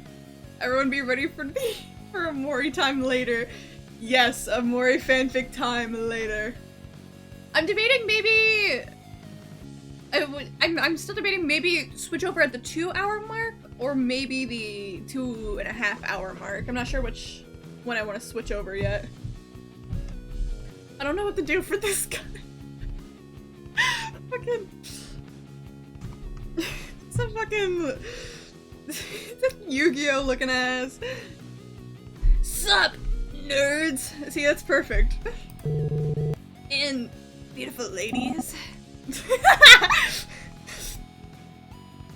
You, not a lady, but you're still an asshole. Oh my god. Did you mean to say a sight for sore eyes? Yes, this is Solaire. I warned you about him. Useless man baby who inherited some magical soul cards, or that's what he decided to call them, and Jackie, our sentinel soul, will never forgive him. That's mean. He only ever used them to try and pick up girls, feel cool, and get in our way. Yes, we dated. How? Why? Was it the hair? My impressionable young mind? Yes, I'm filled with shame and regret. Oh. From cards. From what I know, about, it really is a Yu-Gi-Oh! Reference. From bi girls on TikTok is sometimes you make dumb dating decisions, and that is the bi experience from what I've seen on TikTok. No, I will not give you details. Well, hey there, Bo Young. I've been keeping a close eye on you. Ara suddenly turns pale. You know, you're that famous I considered giving... No, now you're famous, I considered giving us another chance. It's almost sounding like Kel, but I'm not trying to make it Kel. Absolutely not. Come on, it'd be good for your image. It would completely ruin my image. Hold up, what do you mean by another chance? Oh, Ara, you didn't. She did. Oh my god. I can tell Ara's dying inside. Nice guy Kel too! Oh my god. Let's just move on. Solaire slides up to Miranda. Oh, hey, No. Hey, I was just trying to say hello to an old friend. We were never friends. Solaire slides away from Miranda. Oh, Jesus, this guy. Solaire then slides up to Jackie, who gives him a not-so-friendly punch in the arm. He stumbles for a moment from the impact. How's it been, Solaire? Jackie's smiling at him, but not in a sweet way. Ow! I mean, nice jab, buddy. I barely tapped you. But anyway, that's what you get for naming your stupid cards soul cards. You should sue, honestly. He licks KJ up and down. Fuck off. Oh, Jesus Christ, dude. I didn't know expanded to team. Who's this femme fatale? Is that how I think so you say it. Solaire, that's KJ. Behind his blank expression, I can see the cogs turning in his head. Whatever you're about to say, I don't want to hear it. Oh my god, I kinda hate this guy. Why not? After all these years, I thought you'd love finally hearing a compliment from me. Okay, like God, they got the cosplayer voice too. Jackie, sweetie, will you punch him again? Right in the nuts. Whoa there, Morticia? Take it easy, I know you'll change your mind eventually. He just never stops talking, does he? He claps his hands and looks at all of us like he's about to give a speech. I brace myself. Oh yeah, this is happening! Try to stop the useless man, baby! This game's silly. It'd be like trying to stop the earth from turning. It's inevitable. So nice to see the dream- Dream SMP reference, no way! So nice to see the dream team back together. My favorite magical ladies to back me up in my most excellent successful battles against evil. Miranda's eyes glaze over as he starts talking. Backing you up? You mean saving the world while you played card games behind us? That's rich coming from the cowardly bubble girl. KJ cracks their knuckles. Okay, Hedgehog, that's enough. I'm gonna wipe that grin right off your face. Jackie steps in and places a hand on KJ's shoulder. You know he's not worth it. KJ stares Solaire down for a few seconds and backs off. I think he actually got intimidated by that. So, anyway, I've heard that they're making an anime of my Exploits, holy shit, Yu-Gi-Oh! Which, of course, will stay faithful to the manga. The power of cards, one boy's journey into manhood fighting evil in 4 suits. Oh, that comic you drew about yourself and your wonderful soul cards. I remember that. He handed out photocopied books of his comic to the entire school. The drawings were atrocious. Hope you won't be tackling a whole anime with your level of artistic technique. Hey, the sales of soul cards collectible deck were really high last year. Sales will finance the anime with some help from my trust fund. Becky looks like he's about to crack at the mention of soul cards again. I know how to hit his attention. Once he starts talking about stuff, he never stops. Be direct, be passive-aggressive, show him something shiny. Okay, I just want to see what the show him something shiny thing does. Solaire, look at this sparkly makeup case. Can't distract me, I already learned your tricks. Dang, I've used this tactic one too many times on him. I need new raw material. Damn it. And what are you doing here? Right, I'm on spirit hunting duty. Any scary ghosts that haunt the sacred ground better peace out before I find them. Ghosts? Spirit hunting? I guess the school has always been pretty spooky at night. Jackie, there are no ghosts. He's an idiot. Well, actually, please, no more tangents. Blair looks at me with a pleading look, but I hold my ground. Anyway, my sweet nothings, I just came here to tell you to always believe in yourselves. He winks! God, he winked at us! Feel the blades, baby! Okay, that was sick, though. That was sick. Oh, this is so silly. With the flash of a card, he promptly explodes. Classic Solaire exit. Is he gone yet? I blacked out for a sec. I didn't know where we were. He always had an uncanny sense for tracking us down. Oh, he also uses magic. Okay. Also, why is his magic okay? That was not the right voice. I don't care. Total unearned confidence and stupidity. I'll clock him in the face next time he interrupts us like that. Maybe Solaire's the reason for all of this. He's definitely a draining presence. I'd agree, but that's definitely wishful thinking. He's annoying, but he couldn't hurt a fly. I don't know, my ears hurt just listening to him. He always fumbled with his magical cards during battle and never managed to actually hit any of the enemies with them. Oh, so his cards are like his magic. Okay. Yu-Gi-Oh! In some ways, I actually feel bad for him. I don't. I really don't. Dweeb aside, I'm gonna keep looking into this. But I'm not exactly mourning the loss of my power if it happens. Ara looks taken aback by this comment. Some of us actually still care about magic. And the team, for that matter. I'm expecting everybody to be on their toes. I never said I didn't care about the team. They can speak for themselves, you know? Right. These two always on such thin ice. Make eye contact with Jackie and Miranda. Jackie gives me a sympathetic smile while Miranda shakes her head. And anyway, let's try to stay in touch more often.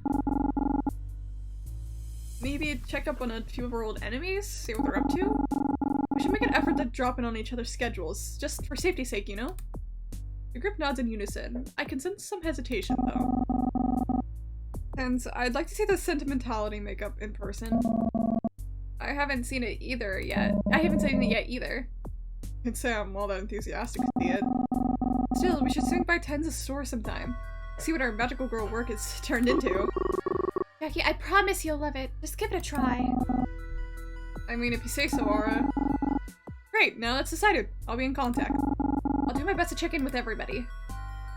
With that, we disperse. It's been a long day. I pass out as soon as I get home. Cute. No, shut up, alarm. Let me sleep 10 more minutes. That's real. Fun music is back! When I get to work in the morning, there's a crowd that's gathered outside the store entrance, which is blocked by a line of security guards.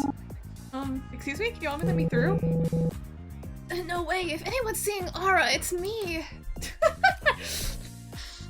Right, I should have known. I better not get my pay docked if I'm late because of this. Tell them I work here. I work here, let me through. I have rent to pay.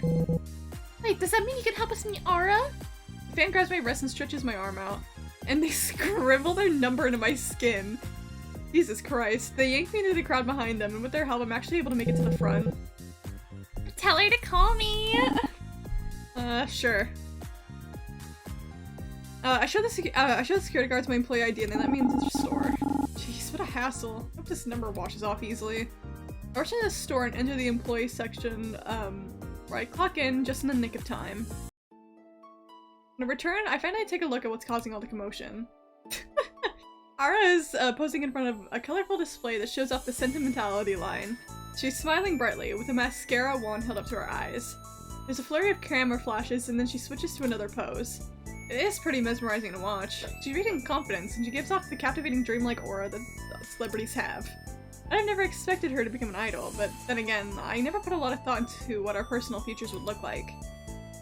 Life after the Sentinels wasn't something I could really comprehend. Part of the reason why I didn't plan out my future.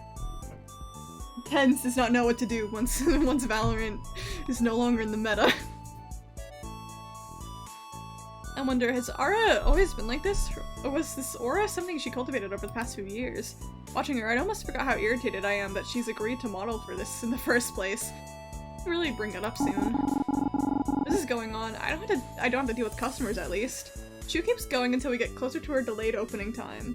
And Lise and I do manual operations around the store. Annalie occasionally appears to monitor the shoe, and Lise hides in the back to avoid her. What seems to be over, Ara heads over to me. I'm so tired, I wish I could take a nap.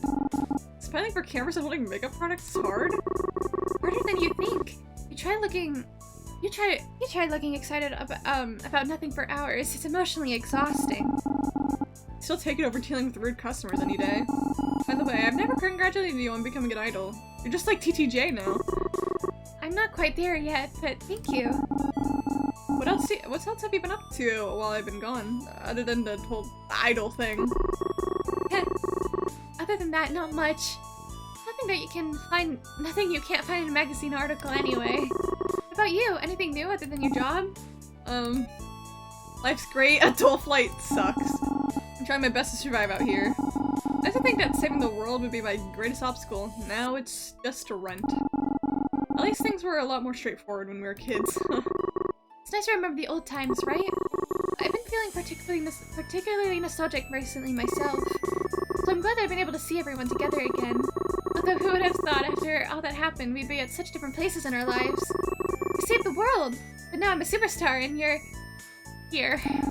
Wow, that's kind of condescending. She act like all that when she's... Fuck. How could she act like she's all that when she used to be when she used the Sentinels to get where she is? I still need to talk to her about why she agreed to do this campaign in the first place. Maybe now is as good of time to bring it up as any. Express disappointment. Admit you feel lost. Well, let's be honest. I guess I've been feeling lost lately. How so? I mean, obviously I don't want to be working in retail. I don't really have any direction in life right now, so I just sort of ended up here. I see. Actually, I get what you mean about feeling lost. You do? But you're literally famous now. You didn't get here without having some sense of direction. Not exactly. How should I put it? As Sentinels, we were symbols of hope and justice. We saved the entire world multiple times. After we all parted ways, I felt like I didn't have a purpose anymore. I felt useless, and I didn't know what to do. All I had left was my singing. When I got the opportunity to become an idol, I took it. I know you might not agree with my decision to create Ara from Sentinel Aurora. KJ thinks I'm a sellout for it. The Sentinels were the most important thing in the world to me. I want to incorporate that into part of myself in my music. Sentinel Aurora is my identity. It was my identity, actually. I emphasized the wrong thing. And I should be able to use it however I want to. What about the makeup line? That's just not your image, it's all of ours. We know the Sentinels are public domain. Remember the Dolls of Us? The shitty anime? I liked the anime. Of course you did. You were the main character. Anyways, I know makeup line is kind of messed up, but I didn't agree to this without thinking about it first. A significant percentage of the profits will go to kids who need it. Maybe more if I convince Annalie that'll increase business. With me around, I can make sure the money money is going to the right places, and I can make sure they don't slander our names. I guess I wasn't thinking about what reasons you might have for doing this. I thought you were being selfish. You were never good at taking my point of view into consideration. That came out wrong. Sorry, I don't know what's gotten into me. I really do appreciate you hearing me out. It's okay, I get it. Last 2 days have been sort of crazy. Well, I don't want our reunion to start off the wrong, but let's start over? Who are you again? Do you want to talk about our feelings? Ha! No. But nice try. Lise approaches Ara nervously. Hi, Annalise says she needs you for an interview immediately. She says emphasis on immediately.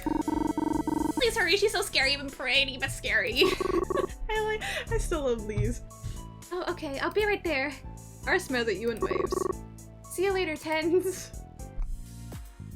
Time for work. Another day of minimum wage. Whoopee. Hi, welcome to Glamour Pop. How can I help you? You can stop there. I need something sparkly for New Year's Eve. What should I buy? Wow, rude. Guess I'll suggest sequins, body glitter, a better attitude.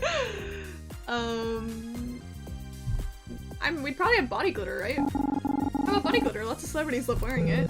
Oh, that's perfect. I want to look like a star. Where can I find that? Right over here, if you follow me.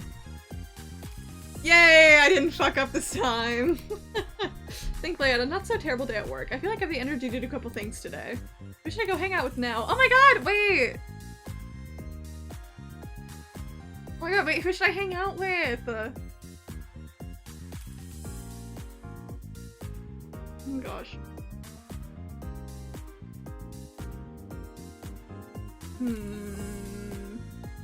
I like Jackie. I like Lise.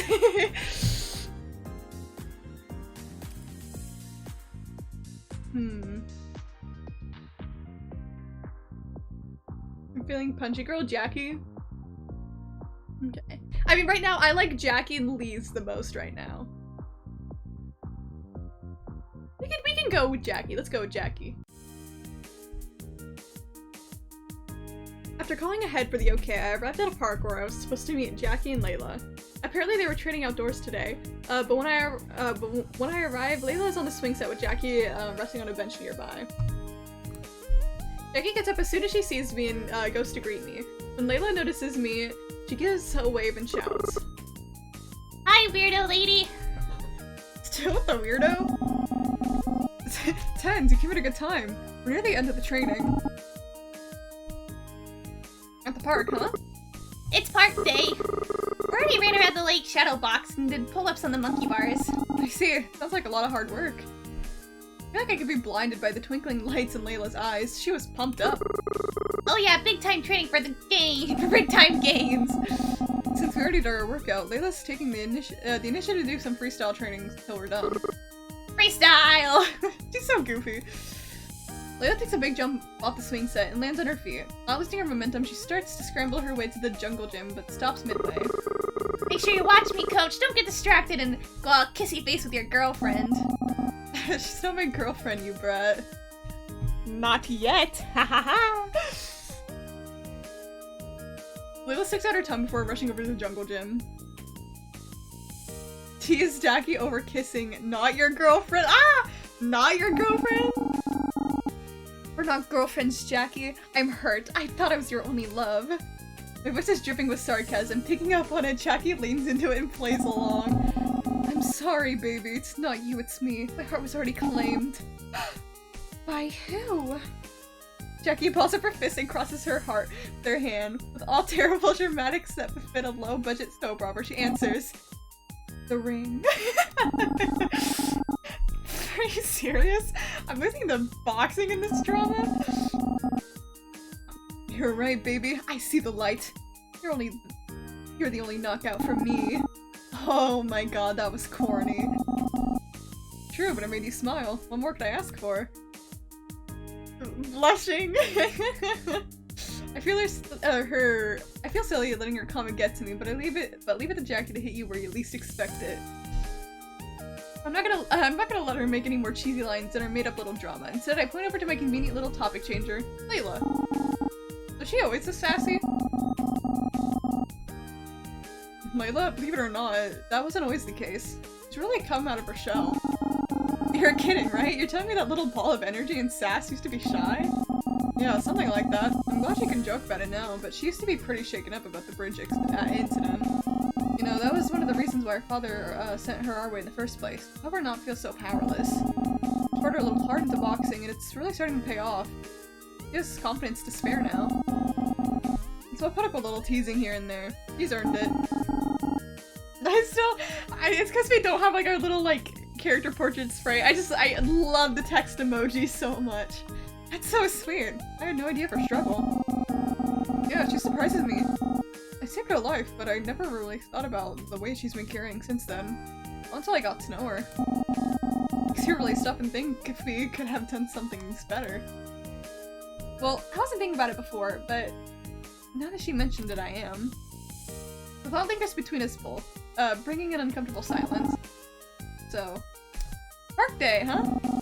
Oh yeah, I tend to do this every week or so. We start off with a proper workout routine and then she gets to freestyle for a while. It's like she's playing to me. I affectionately call it an unorthodox workout. Like, climbing a jungle gym? Good for hand-eye coordination, balance, and strength building. I guess that's true. It's different from what I pictured. You might not catch Rocky on a regimen like this, but for a kid like Layla, perfect way to round off a week or two of tough training sessions. Jackie stares wistfully at Layla, and the kid climbs and flips herself upside down, hanging for the bars with only her legs, and throwing a few practice punches for the fun of it. Layla's a little different. She needs some creative freedom here and there to get her best results. Her brother doesn't seem to mind either, so why not let her have this? After all, she's just a kid, Tens. One day, things are going to be hard for her, and she'll wish she could have taken it easy when she had a chance. It's like, if you want to jump to the fanfiction, I have to— yeah, that was actually what I was kind of planning. It's just a very little date! We can switch it over. For this game, I did want to play this for Pride Month, because I knew it was a sapphic game. So I'm planning for the 3-day schedule right now to go back and forth between this, Elden Ring, and Hollow Knight for whenever we finish this game. I don't think this game is too long at all, so we like should be able to get it out in like a couple sessions, but I wanted to get another little game for Pride Month in, so.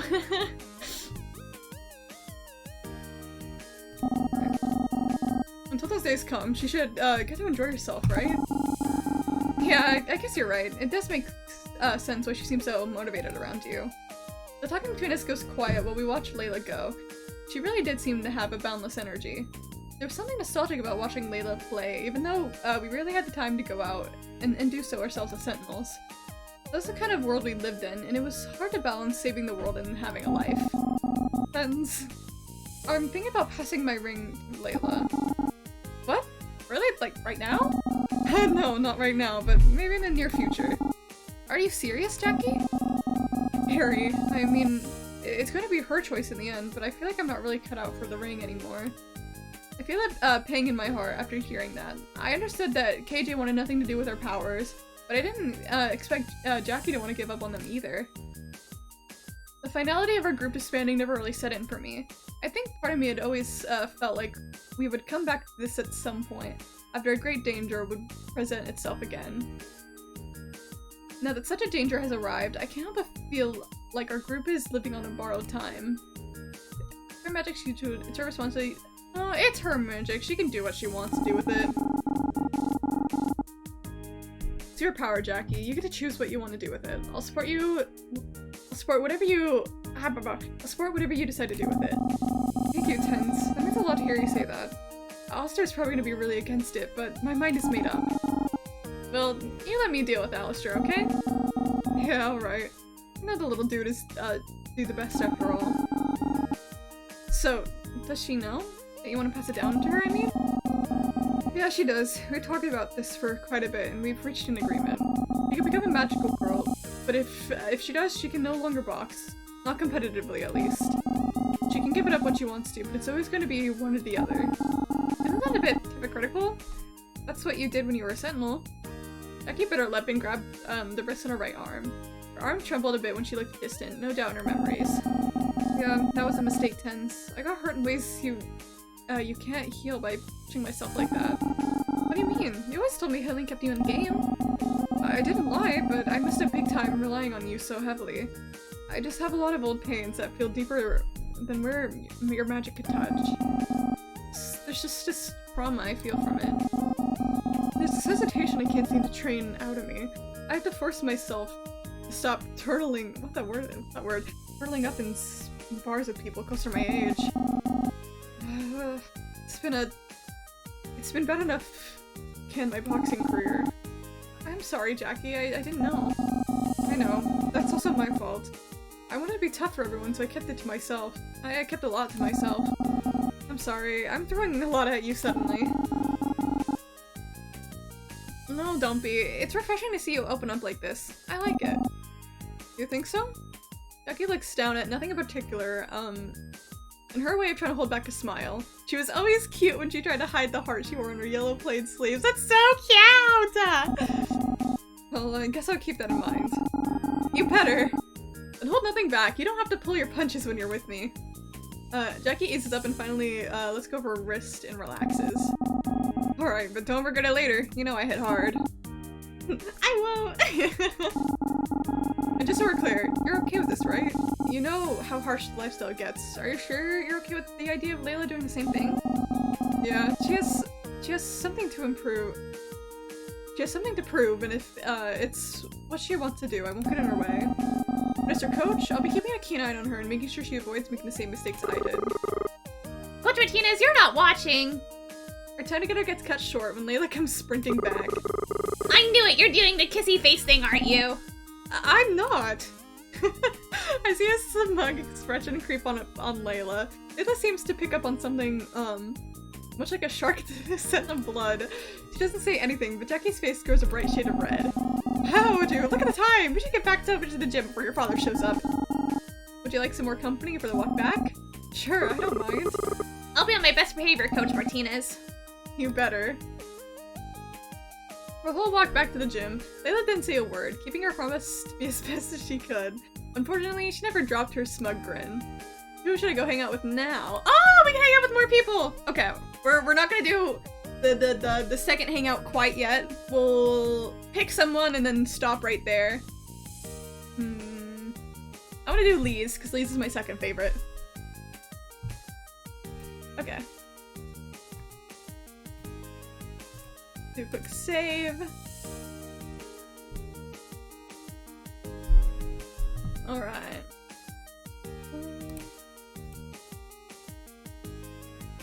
What's some more? Oh, it's just this. And then there's a load, all my stuff's there. There we go, okay. This is a cute little game. I'm liking it. I'm liking it. Okay, I'm gonna go to be right back just real quick. My Spotify open now? Oh good, oh good. I'm gonna go to a be right back. I'm gonna grab some more water, maybe a snack. So I'll give some time to set up for the good old fanfic time. There we go. Now my Spotify's working again. I think for today I'm gonna play like a calming Amori music playlist, so that'll be our music for today. I will be right back. I will be right back. Hold on, I'll set up the stream info and then I'll be right back.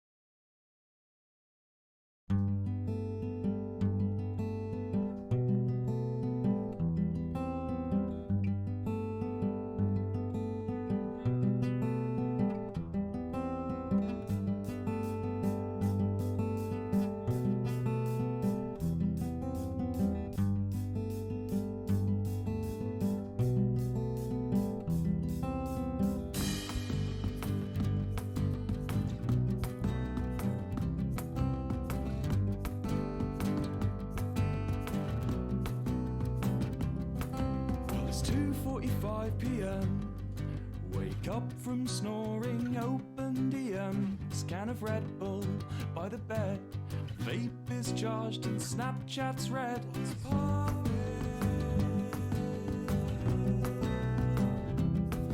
What's poppin'?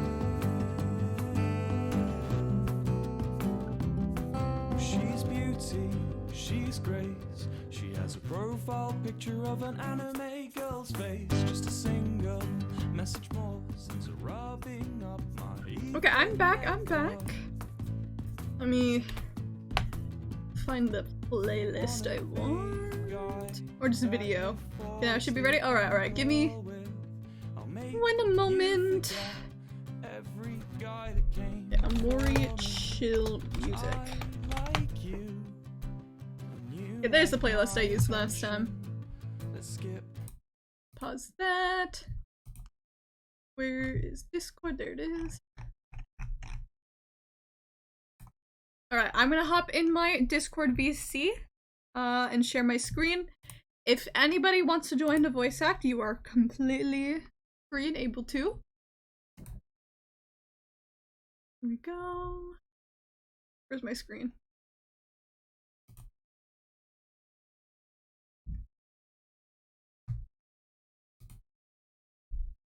There we go.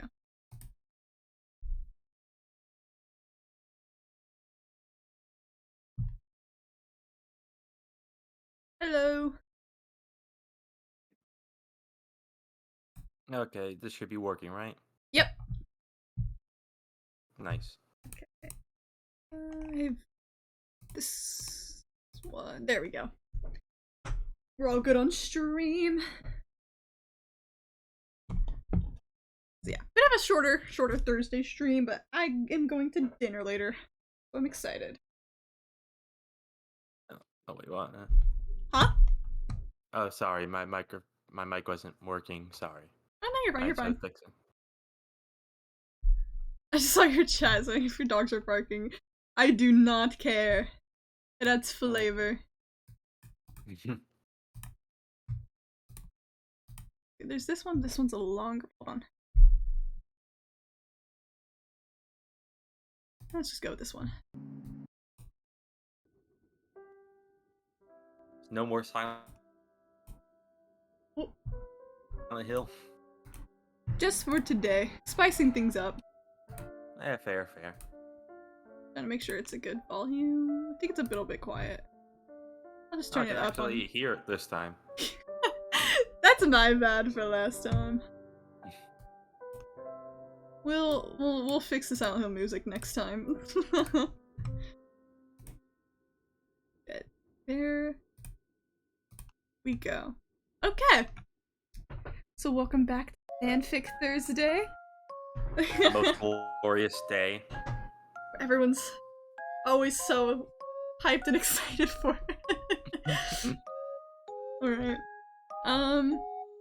So again, for anyone who may be lurking in chat, if you ever want to know which fanfic we're doing, it's !fanfic. We're currently reading an Amori one, so Amori spoilers, Amori trigger warnings, etc. Chapter 4, welcome to White Space. Wait, I'm like excited but nervous. What there's to be nervous about? And Amori. Alright. Shout out to the author for getting 100 kudos. Alright. Get straight into it. Sunday, church. I'm doing a lot of reading today, I just realized. Sunday, church day for most town folk in far away. I always want to say far away. Oh my god. But not for Cal. He never appreciated church as much as Aubrey seemed to do. He and Hiro always found such things nonsense. The gang, or what remained of it, today the gang, or what remained of it, will play the cursed game that has been haunting him with nightmares every night. Hell wouldn't fight Basil if he could, but he had no method of getting in touch with him. He moved into a state without informing them where he was headed, as if he didn't want anything to do with them. Though it stung bad, Cal continued to forsake everyone throughout those 4 years since he assumed he would make things worse. How mistaken he was. He suddenly got up from his seat, as a loud banging on the door caused him to. Sure enough, that had to be Aubrey. He got off the couch and walked up to the entrance. Opening the door slightly, he peeked outside to meet Aubrey's teal-colored contacts, staring directly at him as she grabbed her knees and exhausted. Dude, my brain is trying so hard to read right now. Okay, I guess I'll read this if this is Kel's thoughts, I think. Yeah. Wait, did she come all the way here running? Is she wearing the same clothes as yesterday? Really? I like how it's like the anime thing too, or like cartoon thing where they're always wearing the same clothes, and then like one time they could ever comment on it. Kel gave her an awkward wave, but no words were exchanged. As usual, they stared at each other, waiting for something to happen as they stood there. Eventually, Aubrey broke the silence. Hi. She took a deep breath to stop her panting and compose herself. Hello. Did you come here running all the way? None of your business, Aubrey muttered, trying to regain some strength while holding onto the frame of the doorway for support. I'm just saying that my house is just 2 streets down. How can you be so tired? I'm not tired! That statement made him raise his eyebrows in disbelief. Not tired? Aubrey's clearly struggling to keep herself standing straight as hell. She could barely stand up at this point. Kel, can I please enter? I'm dying in this cold. Come on in. With that, Aubrey let go of the door and slowly started making her way toward the living room. She sat on the couch after taking off her shoes. Just as she entered the living room, the girl saw a tired Hero carrying the laptop.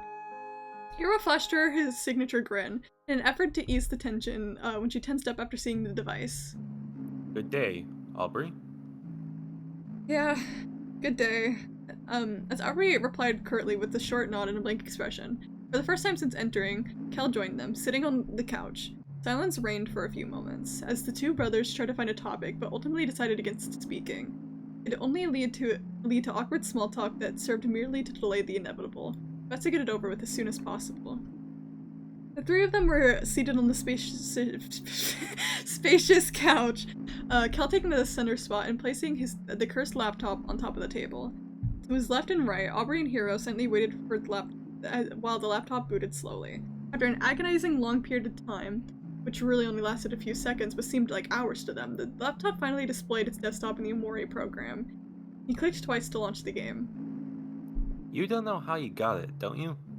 Hero glanced at the computer and questioned once more. Kel kept feeling strange about his brother after what happened yesterday, mainly because of the argument. Despite his attempts to be more open since this very morning, he simply couldn't bring himself to forgive him. At least not yet. Though they didn't stop Hero from trying. Not a clue. He sighed, rubbing the bridge of his nose. No, it was there when I opened it on it the other day. Glancing at the screen, he realized he had forgotten about the warning. Darn, I should have told her. A message popped up on the screen warning about the contents of the program, depression, anxiety, and suicide. Despite seeing it previously, Hero refused to look at it, while Aubrey's face paled even more after reading the warning. Wait, was she this pale before? I don't remember seeing her outside in 6 months. I don't know either, Aubrey. There wasn't an answer to what the game was referring to Kel's knowledge. What was that line there? Oh, that links to music for the scene. Okay, I'm assuming it's just the opening. Yeah. I'll let my music just keep playing instead. The warning disappeared as a mellow, evocative song began to play.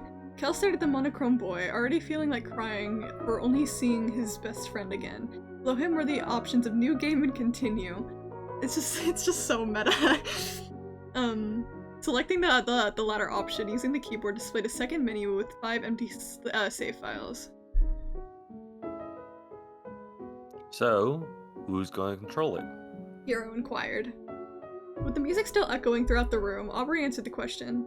I don't want to for now. And because I'm really crappy at games. When Sunny invited me to his house and we played games together, he always destroyed me. She sadly smiled, though her smile was barely noticeable. Even if sometimes I did somehow win, I realized how awful I was at those things. Yeah, Sunny was a whole other level. We had so much fun playing together. To save himself from revisiting his depressing memories once more, Kel injected some humor into the atmosphere. He had to keep himself happy. Guess it'll have to be me. I have more experience than you two combined. The slight smirk caused Aubrey to growl in response. Fine, but we'll take turns, okay? Both Kel and Hiro agreed to her terms. Kel pressed the new game button and focused mentally on what might come. The screen turned black, and eerie music that sounded like an old projector played in the background. It's kind of funny because I'm like Mari's theme's playing right now, and I'm like I'm a little ahead of the game here with the music. We're having a little bit of spoilers. White letters emerged, as well as a series of messages and scenes occurring in quick succession. Don't worry, everything's going to be okay. A white owl and a boy crying in pure darkness. No matter what happens, promise me that we'll always be there for each other.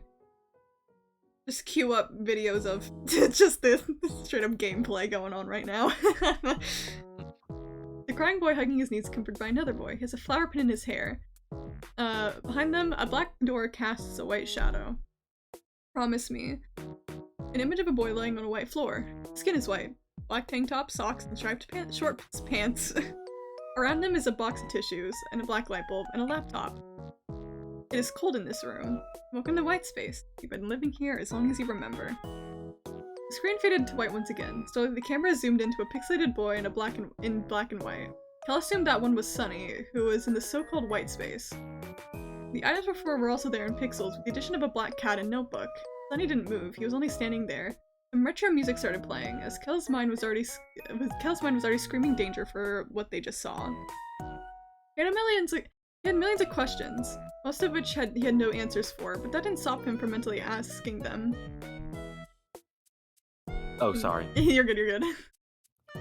What was happening? Why was Sunny crying? And why does it look like that? Why is Basil in this game too? Why? It didn't take much for the rest of the group to freak out. Okay, that's me. Who made this? Why is Basil there? What did those messages mean? What's going on? Aubrey shouted, breathing heavily. Her voice sounded so terrified because of the unknown, and so unlike her normally confident self. For a moment, Kel worried she was about to suffer another panic attack. Luckily, his brother intervened before that could happen.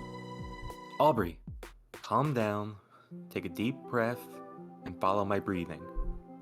Hiro, an expert in that concept, gently told her. She followed her advice, closing her eyes and letting the air out. Gradually, the panic that was suffocating her faded away. Mary's tips is always so helpful. Thank you, Mary. Kel thanked her, looking to the side as if she was there, and then looking back at the scene. It felt windy for just a brief moment. It must have been his imagination, as the windows in the living room would shut tight. There's like so many moments of like, it felt windy for a second, or like hearing Mari's piano, so I wonder if like, it's like her ghost or something, I don't know. Ooh, spooky. Ooh. I think I'm good. She exhaled again just to be sure and pointed to the devilish machine. I just don't understand why or how that thing exists. I'm leaning more to the idea that Sunny created this game, perhaps when he was a shut-in.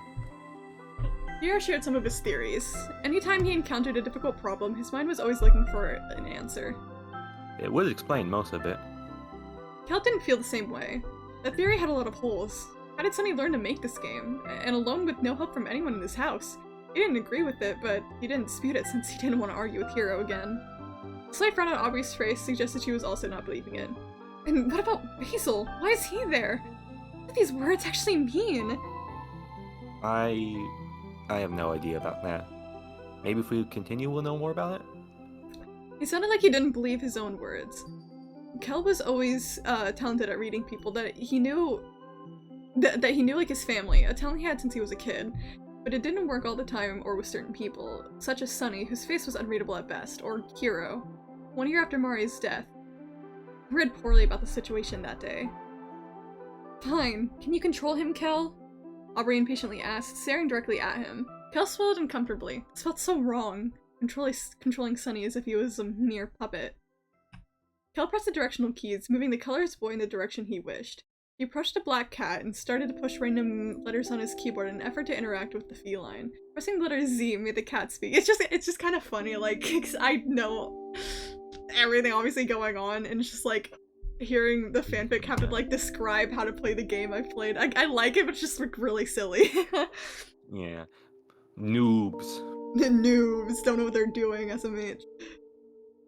Or well, not exactly speaking. Instead, a black box with text surged out of nowhere. The soft meow sounded, giving the impression of the game not having voices. Kel was perfectly fine with that, because if he heard the voice of his dead friend, he might have a heart attack. Waiting for something to happen? Miwa asked Amori. Miwa, that was Mori's cat, wasn't it? I haven't seen her in so long. Aubrey lamented, her expression changing to one of sadness. She quickly glanced down, trying not to show how affected she was. One of her weaknesses has always been cute pets. I don't remember seeing her in Sunny's house either. Maybe she ran away? Faraway was infested with cats to Kel's liking, as he favored dogs over cats of all times. I wouldn't be surprised if Miwa had taken refuge with other cats. You know what? I wish in the main game we actually got to know what happened to Miwa. Yeah, like I'm not realizing there isn't actually any like official canon for what happened. Mm-hmm. Yeah, the cat You could assume it probably died, but yeah. Oh, I'm not gonna assume that. Well, I mean, because of that black space moment. I mean, true, but you don't have to kill the cat there. True. But I guess what it's implying is Miwu is probably not in the living. No, I'm just going to assume that Sunny's dad took the cat. That's my assumption. That's your Because headcanon. that makes me feel better. The box of tissues and light bulb only offered vague descriptions, nothing of interest. What most concerned him was the laptop in the sketchbook. The latter had a tiny bit of red on top of it. Checking showcased incredibly disturbing drawings in black and red. Phil immediately closed it, not wanting to see more. I'd rather not talk about that. The rest agreed with him. What's the point of that? Phil wondered as he observed the options that presented the laptop. Either stare at the screen or open your journal. After pressing the second option, the screen appeared with only 2 messages. Today I spent time in MySpace. Everything was okay. Today I visited my friends. Everything was okay. Kel was starting to dislike that phrase. Wait, Hiro spoke up suddenly. up there says Amori's journal, not Sunny. I think this is Kel. Oh, sorry. Yeah. Maybe it's because Sunny didn't want to use his real name whenever he wanted to publish the game? Aubrey and Hiro stared blankly at him. Did he see something wrong? What? Forget it. Guess we're playing as Amori instead of Sunny. Aubrey seemed to be giving it some serious thought, maybe remembering something. If only he had the ability to read minds. Without warning, the screen began to shake. Something fell nearby. You got a shiny knife. He explored the vast whiteness only to find a knife on the ground. The game had already given him an awful feeling of unease, but this was the first time he'd really experienced its full effect. Sunny grabbing a knife multiplied it by 10. And he wasn't the only one tensing up. Aubrey at his side felt nauseous when Amori picked up the knife, as if the incident in the park came back to their minds. Hiro glanced at each of them, while likely pondering the cause of the unexpected tension. Kelnipper told him about the day Sunny sliced Aubrey's arm with a knife when he found it at the house. Sunny had grabbed the blade from his pocket. He never second-guessed Sunny's use or own a knife on that particular day. He began to regret not questioning it earlier. Evading the multitude of red hands that wanted to grab Amori, Kel returned to the starting point of white space. Kel, do you have any other options besides moving, interacting? Hiro softly posed the question to his brother. After what happened yesterday, he undoubtedly felt bad and was trying to make it up by becoming the goody and reliable older brother again. He accepted with open arms if he felt any less forced, Kel bitterly thought. Maybe try the other keys? Proposed Aubrey. Pressing the X key on the keyboard revealed a smaller menu with various options. Question mark. Equip pocket skills options. Below it showed Amori at level 1, with health points and a weird blue thing? He didn't know what the icon represented, but blue points meet the health bar. Like, Kel became aware of what he was witnessing. He's like, whoa, it's an RPG! Whoa. Sorry, I was like, I know it's your life. I was like, I like that little thing. You can Whoa, read it's RPG! it. A what? I think that's Hiro, yeah. His brain stopped processing and restarted after hearing the outrage that Hiro had said. How can you not know what an RPG is? I'm so disappointed in you, bro. I already was, whatever. Maybe more disappointed in you. It means role-playing game, a game where you take the role of a character. She explained in a deadpan manner. Kel could swear he heard her mutter something about Hero being uncultured. Thank you, Aubrey. At least someone other than me know what it is. Sorry. Not into games much. He lamely chuckled. I'm assuming we'll have to fight in this game, right? Kel hadn't thought of it. What would they fight? What was the goal of the game? Did it have a story? Separate questions ran through his head. All of which could be answered by the odd white door. I don't know who is talking here. This is Hero. Okay. I guess our last option is opening the door. Come on, go open it, Kel. Geez, somebody's bossy today. Amor's. More. Amori's hand hovered over the door handle. Over the handle of the wooden door. A white door casts a faint shadow. What would you like to do? Open the door? Do nothing. Open the door. Nah, Yay. just stay inside. One chapter down. Oh hey, Max. Hello. Yep, we're doing a new thing, which is called good old fanfic Thursday. The fanfic Thursday. Totally wasn't originally supposed to be fanfic Friday, but we're not going to talk about it. What is your favorite fanfiction that you've read? I actually don't read a lot of fanfiction. Like, this is really just a way to kind of get me to read more fanfiction, low-key. Yeah. I don't know. I've so far picked the selection. Yeah, I had like a And if you little. want, you can, if you want, you can voice in this if you're fine voicing. Yeah, when I do these, I tell people if you want to hop in the Discord and voice act for a character, you are so allowed to. That is okay. And we have just one slot currently since Yeah. we only have 3 characters. But if you want to know what fanfic you're reading, you can do !fanfic. We're currently reading an Amori one. Yeah. It does have Amori spoilers in it technically, because we're literally going through the game of Amori in this fanfic. So if you don't want Amori spoilers, you're okay to dip. If you don't want to be here, that is okay too. No stone left unturned. Yeah, I really actually have not read a lot of fanfic. I don't know why. I just never got into it. Wait, so you got into Danganronpa, but not fanfics. Yeah, I've never read a Danganronpa fanfic. Which is actually kind of shocking. Okay. Yeah. Normally fanfics and Danganronpa go together like peanut butter and jelly. Yeah. There's a lot of good ones. I mean, if you ever want me to read a fanfic, in my Discord, I do have a fanfic, a little channel for suggesting them, if there's any you want me to read, on stream. Yeah. You can literally submit anything you want, as long as Just it's like... not safe for work. Yeah, as long as it's not like super smut. Or like against Twitch TOS, obviously.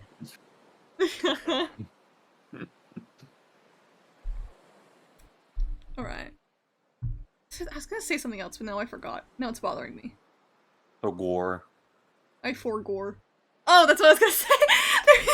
There was one fanfic that I read when I was younger, and it was of the anime Ouran High School Host Club. Oh, Jesus. And it was, it was one of the twins in Haruhi. I don't remember which twin it was. It's been too long. It was just like, oh, if the main lead got with this character and said that was it's been too long, I don't remember anything about it, but that's the one fanfic I read when I was younger. Shame. I'm learning to get more cultured. Come on. Okay, we can continue reading. Chapter 5. The Chapter Neighbor's 5. Room. How many chapters is this fanfic right now? Currently 40. 40. Oh damn. Okay, it's a long one. Okay. Plan 50. Yeah, we're starting with the good old long one. Yeah. Also, if you ever want to suggest fanfics, I don't really have like a chapter limit unless it's like excessively long, like 500 chapters. Like, Yeah. you gotta be a little probably much. like Warren if it's small or large. That way we can plan accordingly. Yeah. Okay. Let's just hello, I've enjoyed the new chapter. The white door that led to the uncertainty and unknown opened, completely covering the screen in a flash of white, while her concerns about what they saw in the white space remained inside her head. She was disturbed by the frightening drawings in the knife, especially the latter one. That day, she shuddered simply thinking about how Sunny's initially unfazed expressions quickly changed to one of fear as soon as he sliced her arm with that knife. Her ears began to ring. Even so, when she glanced at her left arm where the slash mark was. Don't think about it, don't think about it, don't think about it! When her hearing came back, after a couple seconds, a childlike tune played around the machine. It's incredibly childish and creepy. Focusing her gaze, on the game, Aubrey audibly gasped. I'm at least glad she also thinks that Neighbor's Room song is a little creepy. It's like weirdly off-putting. It's just because of how, like, slow it is. It's just... Some of the notes, too, are like... Bam, bam. Out of tune? Is that how to... I don't really know if some of the notes are, like, out of tune is the best way to describe it. I don't know. I'm no longer a music person. I don't know terms. As the light faded, the laptop revealed a colorful room with many objects. The TV, the cards spread out on the floor, the table, and the potted plant all made her think of their old treehouse. Or mostly everything. She had no memory of the large yellow cat gazing into her soul on top of the room's wall, observing it gave her the creeps. Did it represent anything? What shocked her the most was the dream looked like 12-year-old version of herself, Kel, and Hero. Amori was the only one without color, while everyone else was painted a vivid shade of purple. They were focused on a card game when suddenly 12-year-old Aubrey noticed Amori at the entrance of their room. She quickly stepped over the cards as she hurried towards him, and that a text box and a portrait of herself appeared together. Okay, so I was like thinking while reading that, I was like, I wonder if she'll comment on the fact that like Dream Aubrey has a crush on Amori. She will. She will? Okay, because I was like... And she doesn't react the best. I mean, because I remember, like, people assumed because of that, it wasn't that Aubrey liked Amori, but Amori, or Sunny liked Aubrey. I know that's, like, the theory people have on why, like, she has a crush on him in the dream world. Yeah. I might as well do my voice for, game Aubrey, too. Hi, Amori. We're hoping that you come by soon. Want to play cards with us? We're just about to start another game. She seemed so joyful that she had stars practically glistening in her eyes.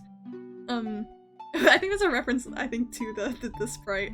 It wasn't only Aubrey who had her mouth wide open at this point. This is amazing. Hiro muttered under his breath.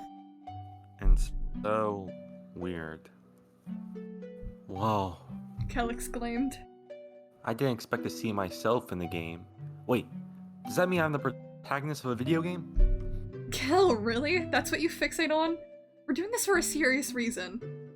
Hey, what's wrong with having some fun with a game? I know we are tense about that, but can't we just relax and enjoy it a little? Look at it! It's us in a video game. There can't be any better opportunity to just unwind. There it was again. Kel's overwhelming positivity, but it still felt forced on Aubrey. Please. This reminds me of that of this one Amori on an analog horror. It's pretty good. No, I've been keeping up with that. That is so good. Logs, yeah, the faraway logs. No, those are so well made. I'm such a big fan of I showed Goose those. and Goose really liked it. Heck yeah. No, it's like analog horror, but also like kind of like an ARG, and I love it. It's so well made. Right. Hiro and Aubrey glanced at each other. They looked at Kel, who was currently pleading with his eyes. Finally, a moment passed. I think this is this still is Aubrey. me. Oh, no, is that you? No, this is Okay, Hiro. okay. Fine, but don't let your guard down. I don't trust this video game at all after that. The older brother conceded with a sigh. Aubrey rolled around and realized what she had just done. All the cards were scattered on the floor. Oh, whoops. Never mind. You can read this, Kel, too. Oh yeah. Aw, man. What the heck, Aubrey? You messed up all the cards. I was winning too. Kel angrily complained. Fascinated and uneasy about everything, Aubrey observed their past selves with an uncanny uncertainty as they always had in the past. But her stupor? I don't know what that word means, was broken when Kel nudged her while smiling playfully. Yeah, what the heck, Aubrey? But she had none of it. Shut up, Kel! And with that, his smile dropped straight away. He was just teasing me. Why am I like this? Hey, Called out Hero with impatience. if we are gonna play this game together, I want to do it in peace, okay? He appeared to be experiencing a range of emotions. Happy, angry, and sad. Honestly, Aubrey had forgotten how authoritarian he occasionally could be. Sure. Sorry, Kel. I might have been a bit harsh. I was a little too sarcastic. Being so much inside has destroyed my social skills. Yeah, sure. I forgive you. Kel said disinterested in her. His tone being so defeated made her feel even worse. Hero tried to stop the classic Kel and Aubrey fight before it escalated too far. Hey there, Kel. No need to get angry. It's just a game after all. Heh. We haven't changed that much, right? Hiro moderately smiled. He too enjoyed the nostalgia trip. Unfortunately, he was wrong. They have changed a lot. They have changed. By a lot. Nevertheless, she could see where he was coming from. Even though occasionally their fights were sometimes too violent, Kel and she continued to argue, and Hiro was constantly attempting to keep things under control. They were identical on the surface, yet utterly different people on the inside, that hid their repressed selves from others. Don't give me that, Hero. You only say that because you were losing. Kel accused an unamused Hero, who looked to the side. An icon of a black light bulb floated on top of Dream Aubrey. Upon interacting with her as a Mori, a small side quest started. It's really just going through the game, but in word form right now, which is so silly.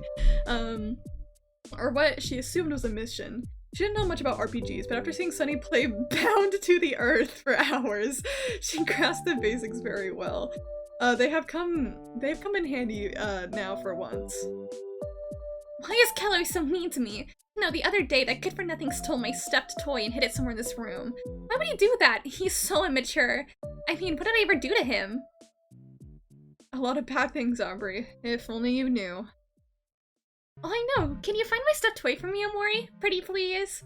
Amori's smile curved in a little V. I was so cheerful as a kid. Maybe things hadn't turned out this way. She realized she was being too negative lately, but how could she not after yesterday and what they were playing right now? Each thought that entered her mind seemed to lead further from reality. Perhaps she should follow Kel's advice and relax a bit. At least ignore them, otherwise they'd end up consuming her. I don't get it. Why doesn't Mori ever speak? Everyone does except him. Kel scratched the back of his head. Sunny wasn't this silent when we were kids. Maybe because he's in black and white? Aubrey responded with a small smirk. Kel's eyes lit up as she realized what she was doing. His face morphed into a dark, evil smile. Aubrey, you can't just say things like... A scandalized Hero looked at Aubrey and Kel, both of them holding the urge to erupt in laughter, making Hero grumble under his breath. Oh, haha, very funny, Aubrey. You're now banned from eating Hero's sandwiches for the next 5 weeks. Hero crossed his arms with a smug face. Shit, he's smart. Darn it. Can't you win? I won't do it again. Aubrey patted while the brothers snickered at her demise. Yet she didn't feel bad. Having a moment like that lifted her spirits. It was a moment where they forgot about their problems and just enjoyed each other's company as they used to in old times. Felt nice. It made Kel somewhat happy, and she made Kel somewhat happy again, so it was a win in her book. Kel, on the quest for looking the hints of toy, walked to a blue watermelon and smashed it with the power of the letter Z. You got a stuffed toy! Of course he knew where he hid it, Aubrey grumbled. Mori walked over to Aubrey and gave it back to her. Is that? Could it be? He stared unbelievingly at the object in his hands. This is familiar. It remind me of... Oh. She recalled the point I know that was probably oh. I don't know. She recalled the period when she was a young child and her parents had resumed their argument in their home. She escaped as usual, hoping to clear up the issues her family was going through. Where'd she go every time? Their sacred place, the swing. He was always there, waiting for her to vent about her problems, and offering her comfort when she needed, when needed. Sunny didn't speak much about his problems or say much in general, but his presence alone was enough for Aubrey. After an especially distressing day when her father had threatened her mother with divorce, she went to the swings to vent and see me as usual. Sunny awaited her on the swings, smiling shyly. After seeing her while she welcomed him with a dejected grin. The news of the potential divorce hit her hard that day. He was powerless to console her in any way. He stormed out of the park, leaving confused Aubrey behind. At that moment, he wasn't sure what at that moment, she wasn't sure what was exactly occurring. Did he finally realize what a burden she was? Was he going to abandon her? But instead, he came back more quickly before, carrying something in his arms. Plushie, one of the many he kept on his bed. But it was her favorite, the one she always played with whenever she could in his house. Mr. Plant Egg. And he gave it to her with a radiant smile on his face to cheer her up. He was so kind. Aubrey almost crushed all the bones in his body due to the hug she gave him. Sunny was completely crimson in the face and the ears as they broke the hug. It was so funny how he looked. He sometimes did it in front of her while making a kind of adorable, silly face, although she never figured out why he did it. Even though he was so kind to her, she did nothing to stop him from killing himself. Oh Jesus, that got dark really fast. She felt both Mari and him. Aubrey grasped her head in pain from the crippling migraine that deep down believed she deserved. Once more, Hiro was concerned for her health. Aubrey, are you sure you're okay? You're pushing your head a lot. Yeah, just a light headache, mumbled Aubrey. Well, Hiro's expressionless stare judged her. Couldn't guess why Hiro was so bad at card games. He always had an impressive poker face. What's that? Oof. It's one of the strongest yet. Hey Cal, look, it's my stuffed toy! Aubrey proudly exclaimed. Oh, what the heck? Where'd you get that? Mori found it for me! Lucky me, I've got some real friends. She pointed to Amori and Hiro with a cheeky attitude. Serves you right, Kel. You should know better than pick on others. Hiro crossed his arms disapprovingly towards the younger boy. Kel protested the unfair treatment he was receiving. I don't like this game. Is this a Kel bullying simulator or what? If this game is only Kel getting justice as a kid, I might even enjoy it. But this was how it went as kids, Kel. Answered Hiro nonchalantly, as Aubrey thanked him mentally for speaking the truth. A truth that Kel was incapable of accepting. He hopped and rolled his eyes, making her snort. But Aubrey started it. She was making fun of me for the mole on my... Before he was able to finish his sentence, his eyes darted to Aubrey, who was smile widening in anticipation, waiting for him to say it. There is a loud lawnmower outside. I do not know if my mic's picking that up. I don't hear it. It's really loud. Alright, on your... What? She prompted him to continue smugly. I'm starting to like this game. Aubrey's pleased expression did nothing but make Kel grumble harder. Aubrey? Both heroes warned Aubrey at the same time. Fine. And the two Aubreys relented simultaneously.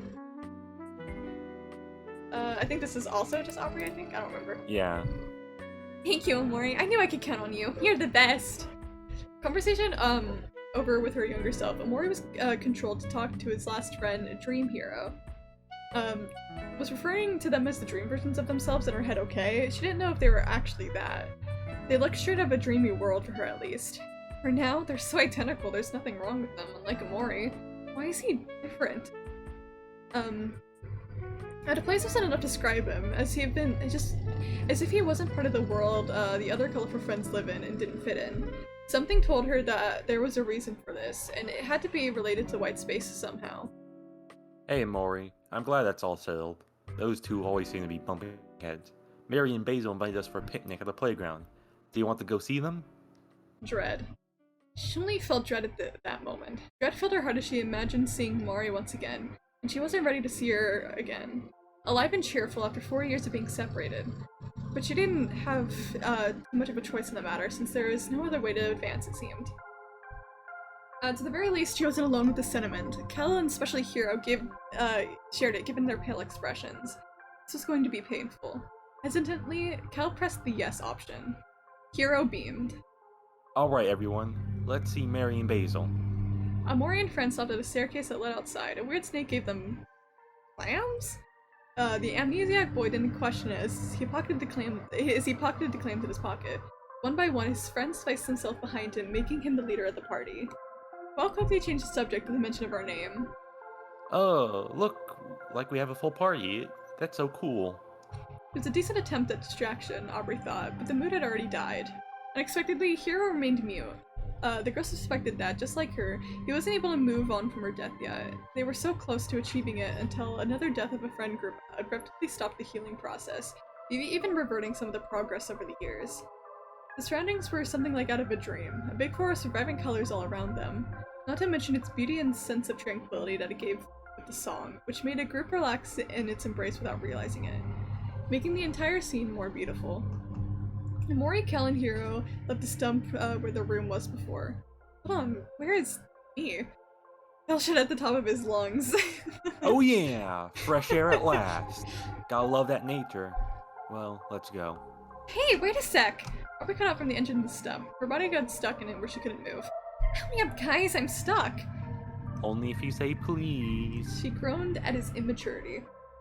Kel, stop messing around and get me out of here. Okay. Fine. Kel pulled Aubrey away from the stump, the momentum pushing him back a couple meters away cartoonishly. Took you long enough.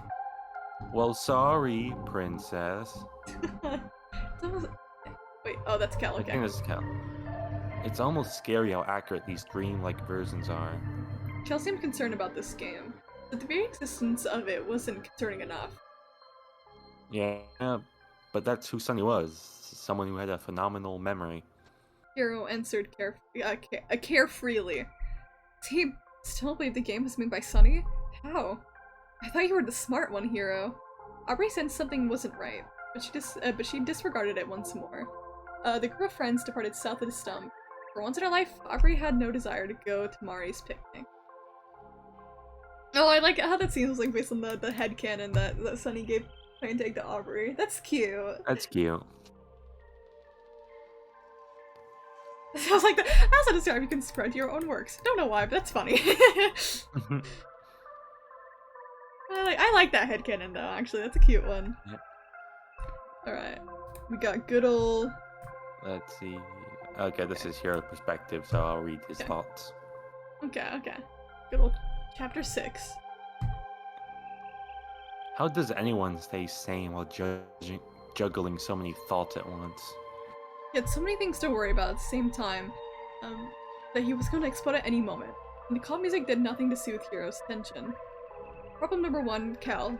Hiro had messed up again. After Mari died, he did the same thing again. And he continuously lashed out at Kel. Can he possibly be called a dependable older brother after failing everyone twice when they needed him most? He must figure out the best method to apologize to his brother, and then the rest of their friends. I don't think I deserve to call them my friends. Harry became aware of Kel's discomfort whenever he spoke or looked at him. It was all his fault. Problem number 2, Aubrey. The girl was not okay. Constant mood swings, panic episodes, and persistent light headache as she describes it, which Hiro dismissed completely as a lie. She was very thin and pale, and possibly had a disorder. Knowing the probable signs or repercussions of physiological or psychological disorders was one of the benefits of medical school.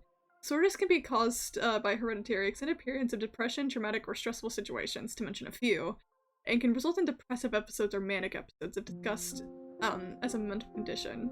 He made a quick note to look into them further later. Furthermore, those with mental illnesses are more likely to commit suicide, and he couldn't afford to lose anybody else. He's unable. It would eventually break him. Because of that remote chance, he needed to keep an eye on her, as ask her to stay the night as an excuse, reunite funds, and seek her professional assistance. Maybe they'll also need it for everyone else, especially after playing this game. And that led them to problem number 3, the game. Particularly its origins. The game about Sunny and them simply magically appearing on Kel's computer the other day. It could still technically have been made by Sunny in his shut-in years, and Kel clicked on a weird link and downloaded it. However, it was very unlikely that something like that happened. Yet not out of the realms of possibility that he learned to program an entire game after Mari's death. Hiro understood from her own experiences shut-in how hard it was to lose a dear one so young to suicide and be able to move from bed due to anguish of merely thinking about her.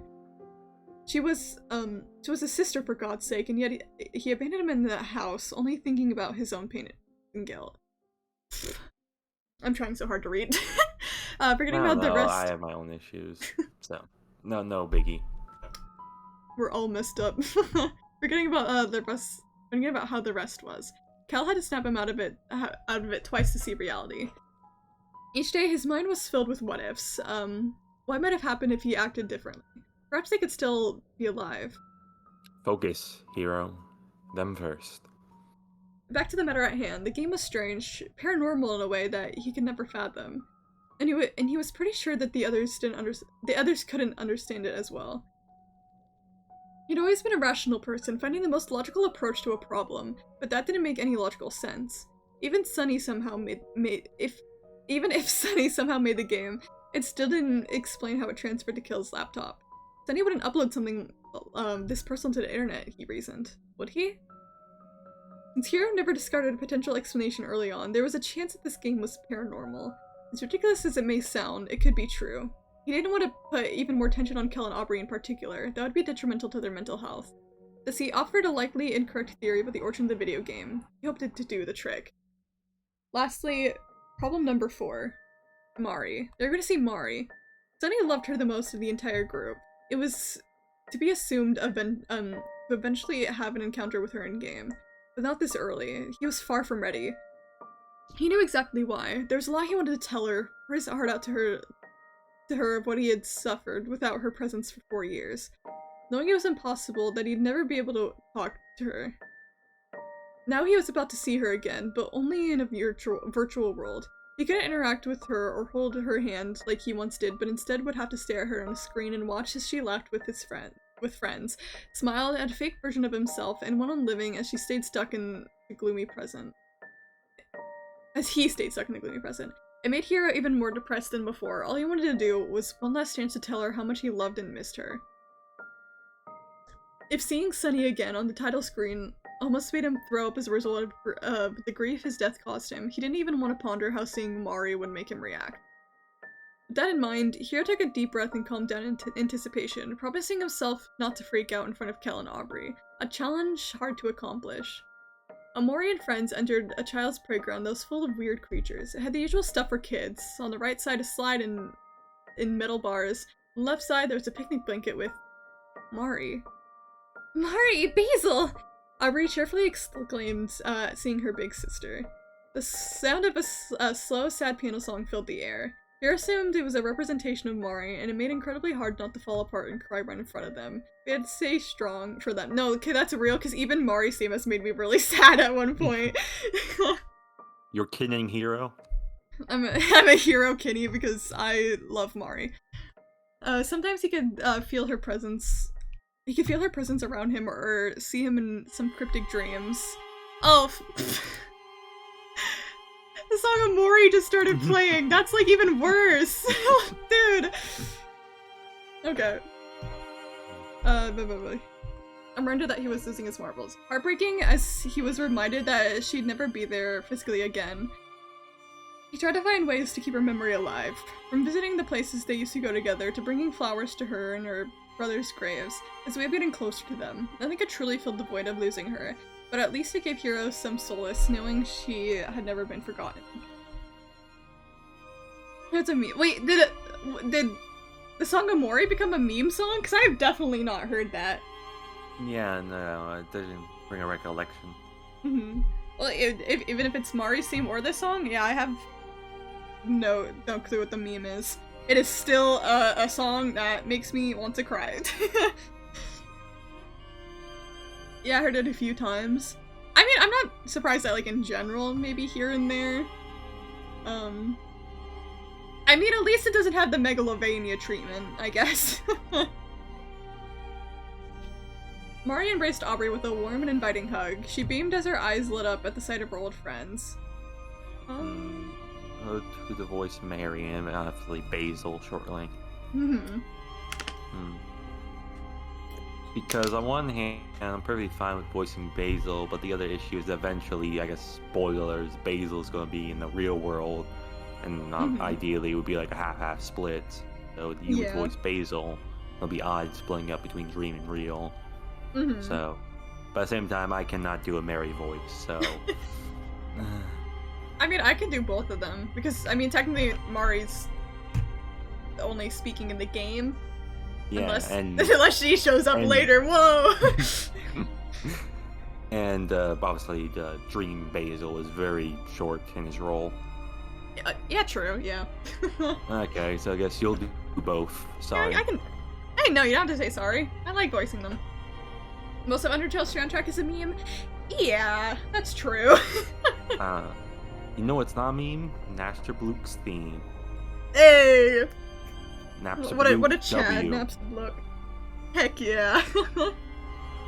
I mean, I still unironically listen to the Undertale soundtrack like all the time, so it still has good place. I've cried to the Undertale soundtrack. Because it's like the songs are simply Undertale 2 and like his theme, and it just gets to me, you know?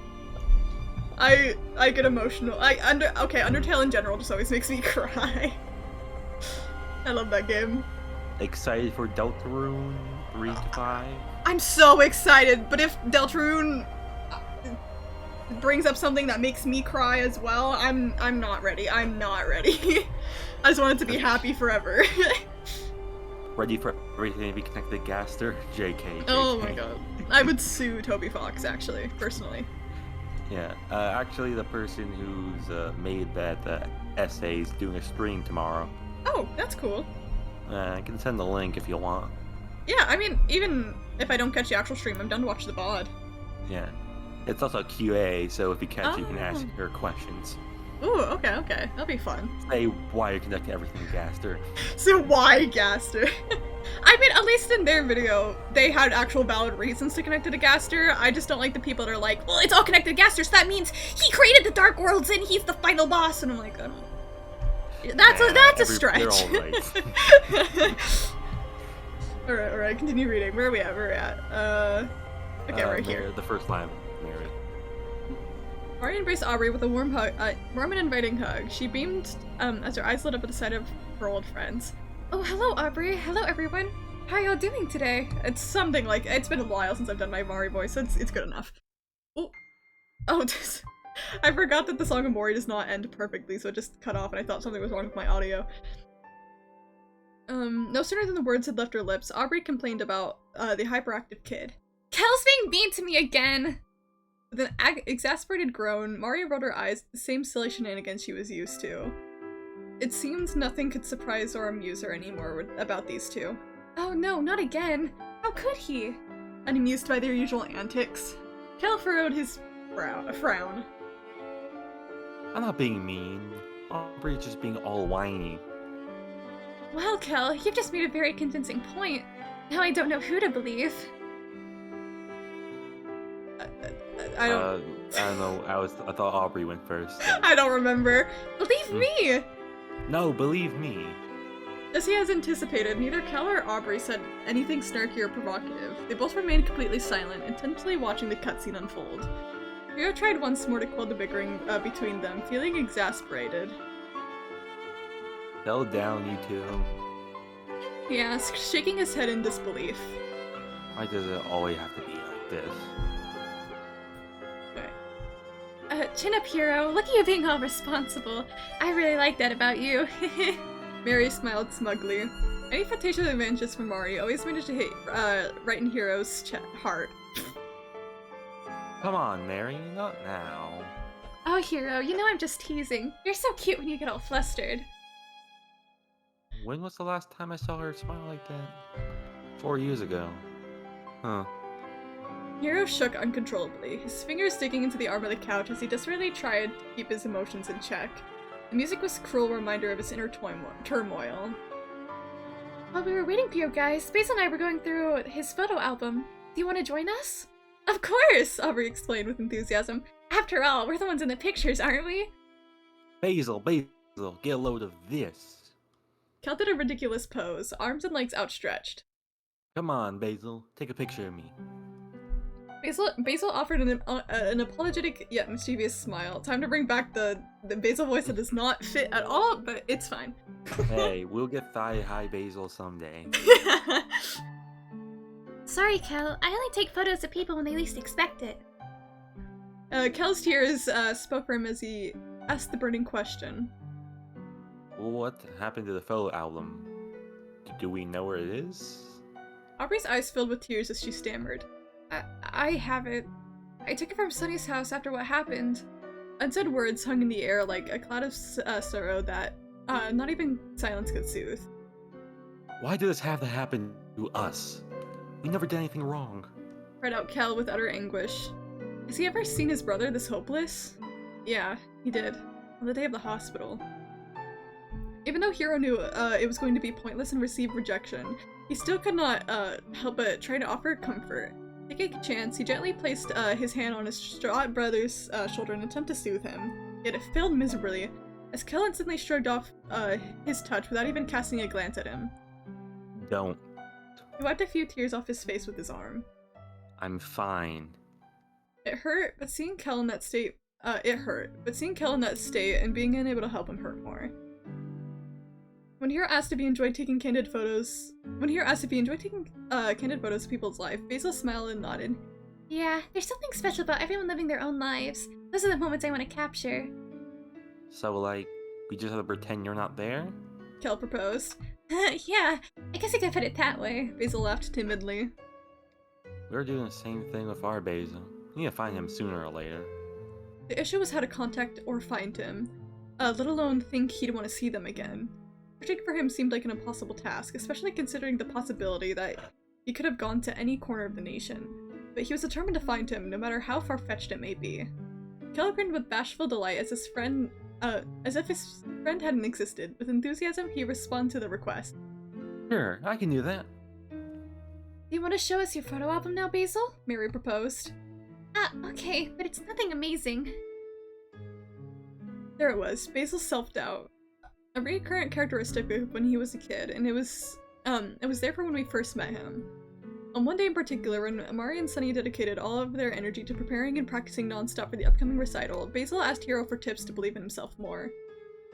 Hiro told him basic stuff such as trying to not compare himself to others, being mindful of his thinking, or remembering his past achievements. For Hiro it wasn't much, but for Basil, it was like his world had turned upside down, a gesture so small yet life-changing for young Basil, whose confidence now shone through with more courage and determination than ever thought possible due to these simple words. Good times when he was able to help his friends. Waving her hand dismissively, Aubrey reassured her friend. Oh, Basil, stop doubting yourself. I'm sure they'll be great.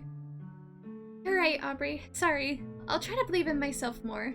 Basil pulled out his photo album, proudly displaying his personal treasure before placing it in the middle of a picnic basket. Here, this way we can all see.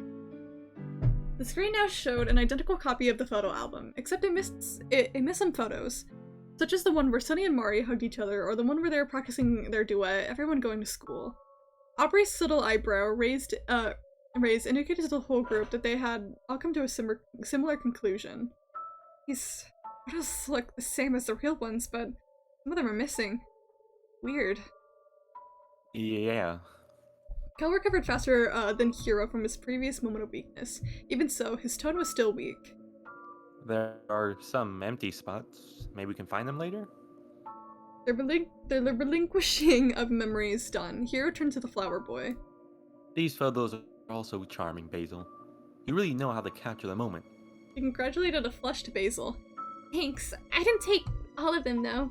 Mari likes to steal my camera sometimes. Only sometimes, Mari added.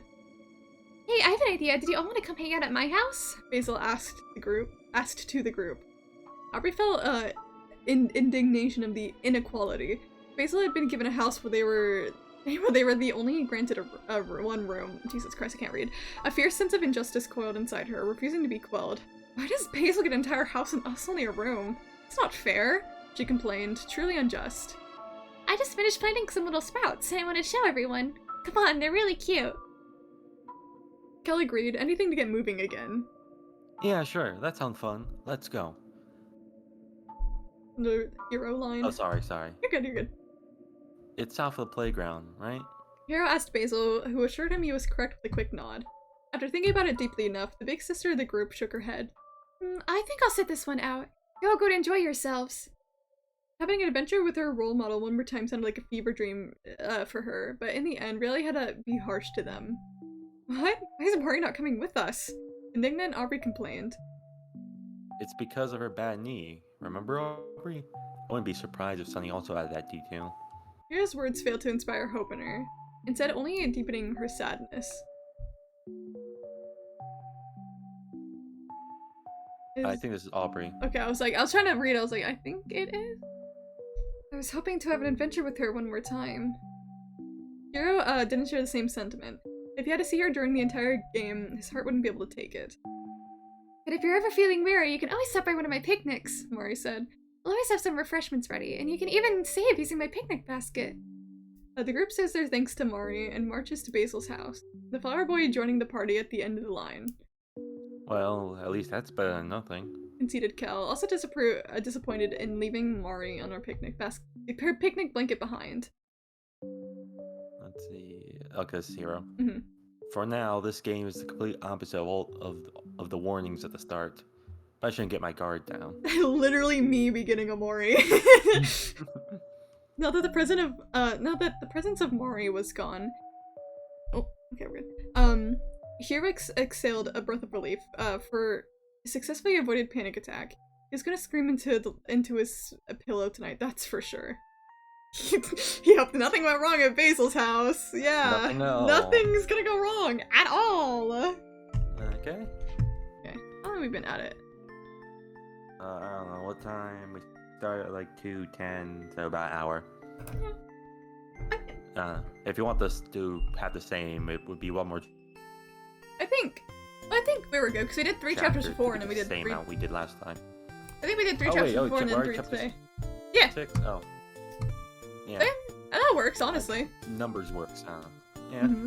So obviously I had like the little like a Mori music background, like video in the background, and it's like an hour long, and I like checked and it was like it's been like an hour, so I mean that's perfect. Okay. So how are you enjoying the fanfic? I'm really liking it. It's kind of fun because it's like in a way revisiting a Mori, but like in the crazy meta way. Yeah, so it's kind of like a revisit, but without treading on the same ground. Mm-hmm. Something like that. I mean, it has me like kind of like excited to like see what like happens because I'm like, how are they gonna react to seeing the real world sections? How are they gonna react to the horror section? How are they gonna react to blackspace? Like I'm getting like ahead of myself, kind of like excited to see all these things. And obviously having, read it all the way up to chapter 40, I have insider info. Yeah. You know the spoilers. In most cases, not the best, I mean, understandably, but... Yeah. So, next chapter would be, let's see, that would be Basil's house, but then the, little wake-up sequence, and then I guess back to Headspace. Yeah. So I guess they will see the real world for a bit. Yeah, for a little bit. Oh, I can already imagine that's not gonna go well, because that's when they see Sunny, and someone's gonna cry. Okay. That's for next time, though, folks. Leaving it on a cliffhanger. Cliffhanger of the totally safe Basil house. And that's perfect, because the person who said they're gonna pick me up literally just said that they just left. So, that was actually, like, really perfect timing. Oh. Well, in that case, have a good one, and I hope you enjoy whatever you're eating. Probably chicken parmesan. Nice. We can set up a quicker raid, too. Let me see if I got anybody. We can raid Mel. Mel's playing Stardew right now. Yeah, I only have one people, Andu. The ASMR. Yeah, we're gonna go send a raid over to my friend Mel. I think they're doing modded Stardew. I do want to do modded Stardew at some point. Yeah. Alright. I'm not gonna be able to stay because obviously I have to get dressed and shit. But I hope everyone has a good rest of your day or night, whatever time it is for you. I hope you enjoyed Gay Magical Girls and Amori fanfic. Sunday we'll be Hollow Knighting again. Yeah, then after that, Elden Ringing. Yeah!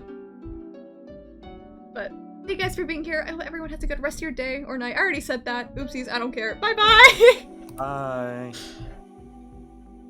Oh, Well, that was fun. And you have to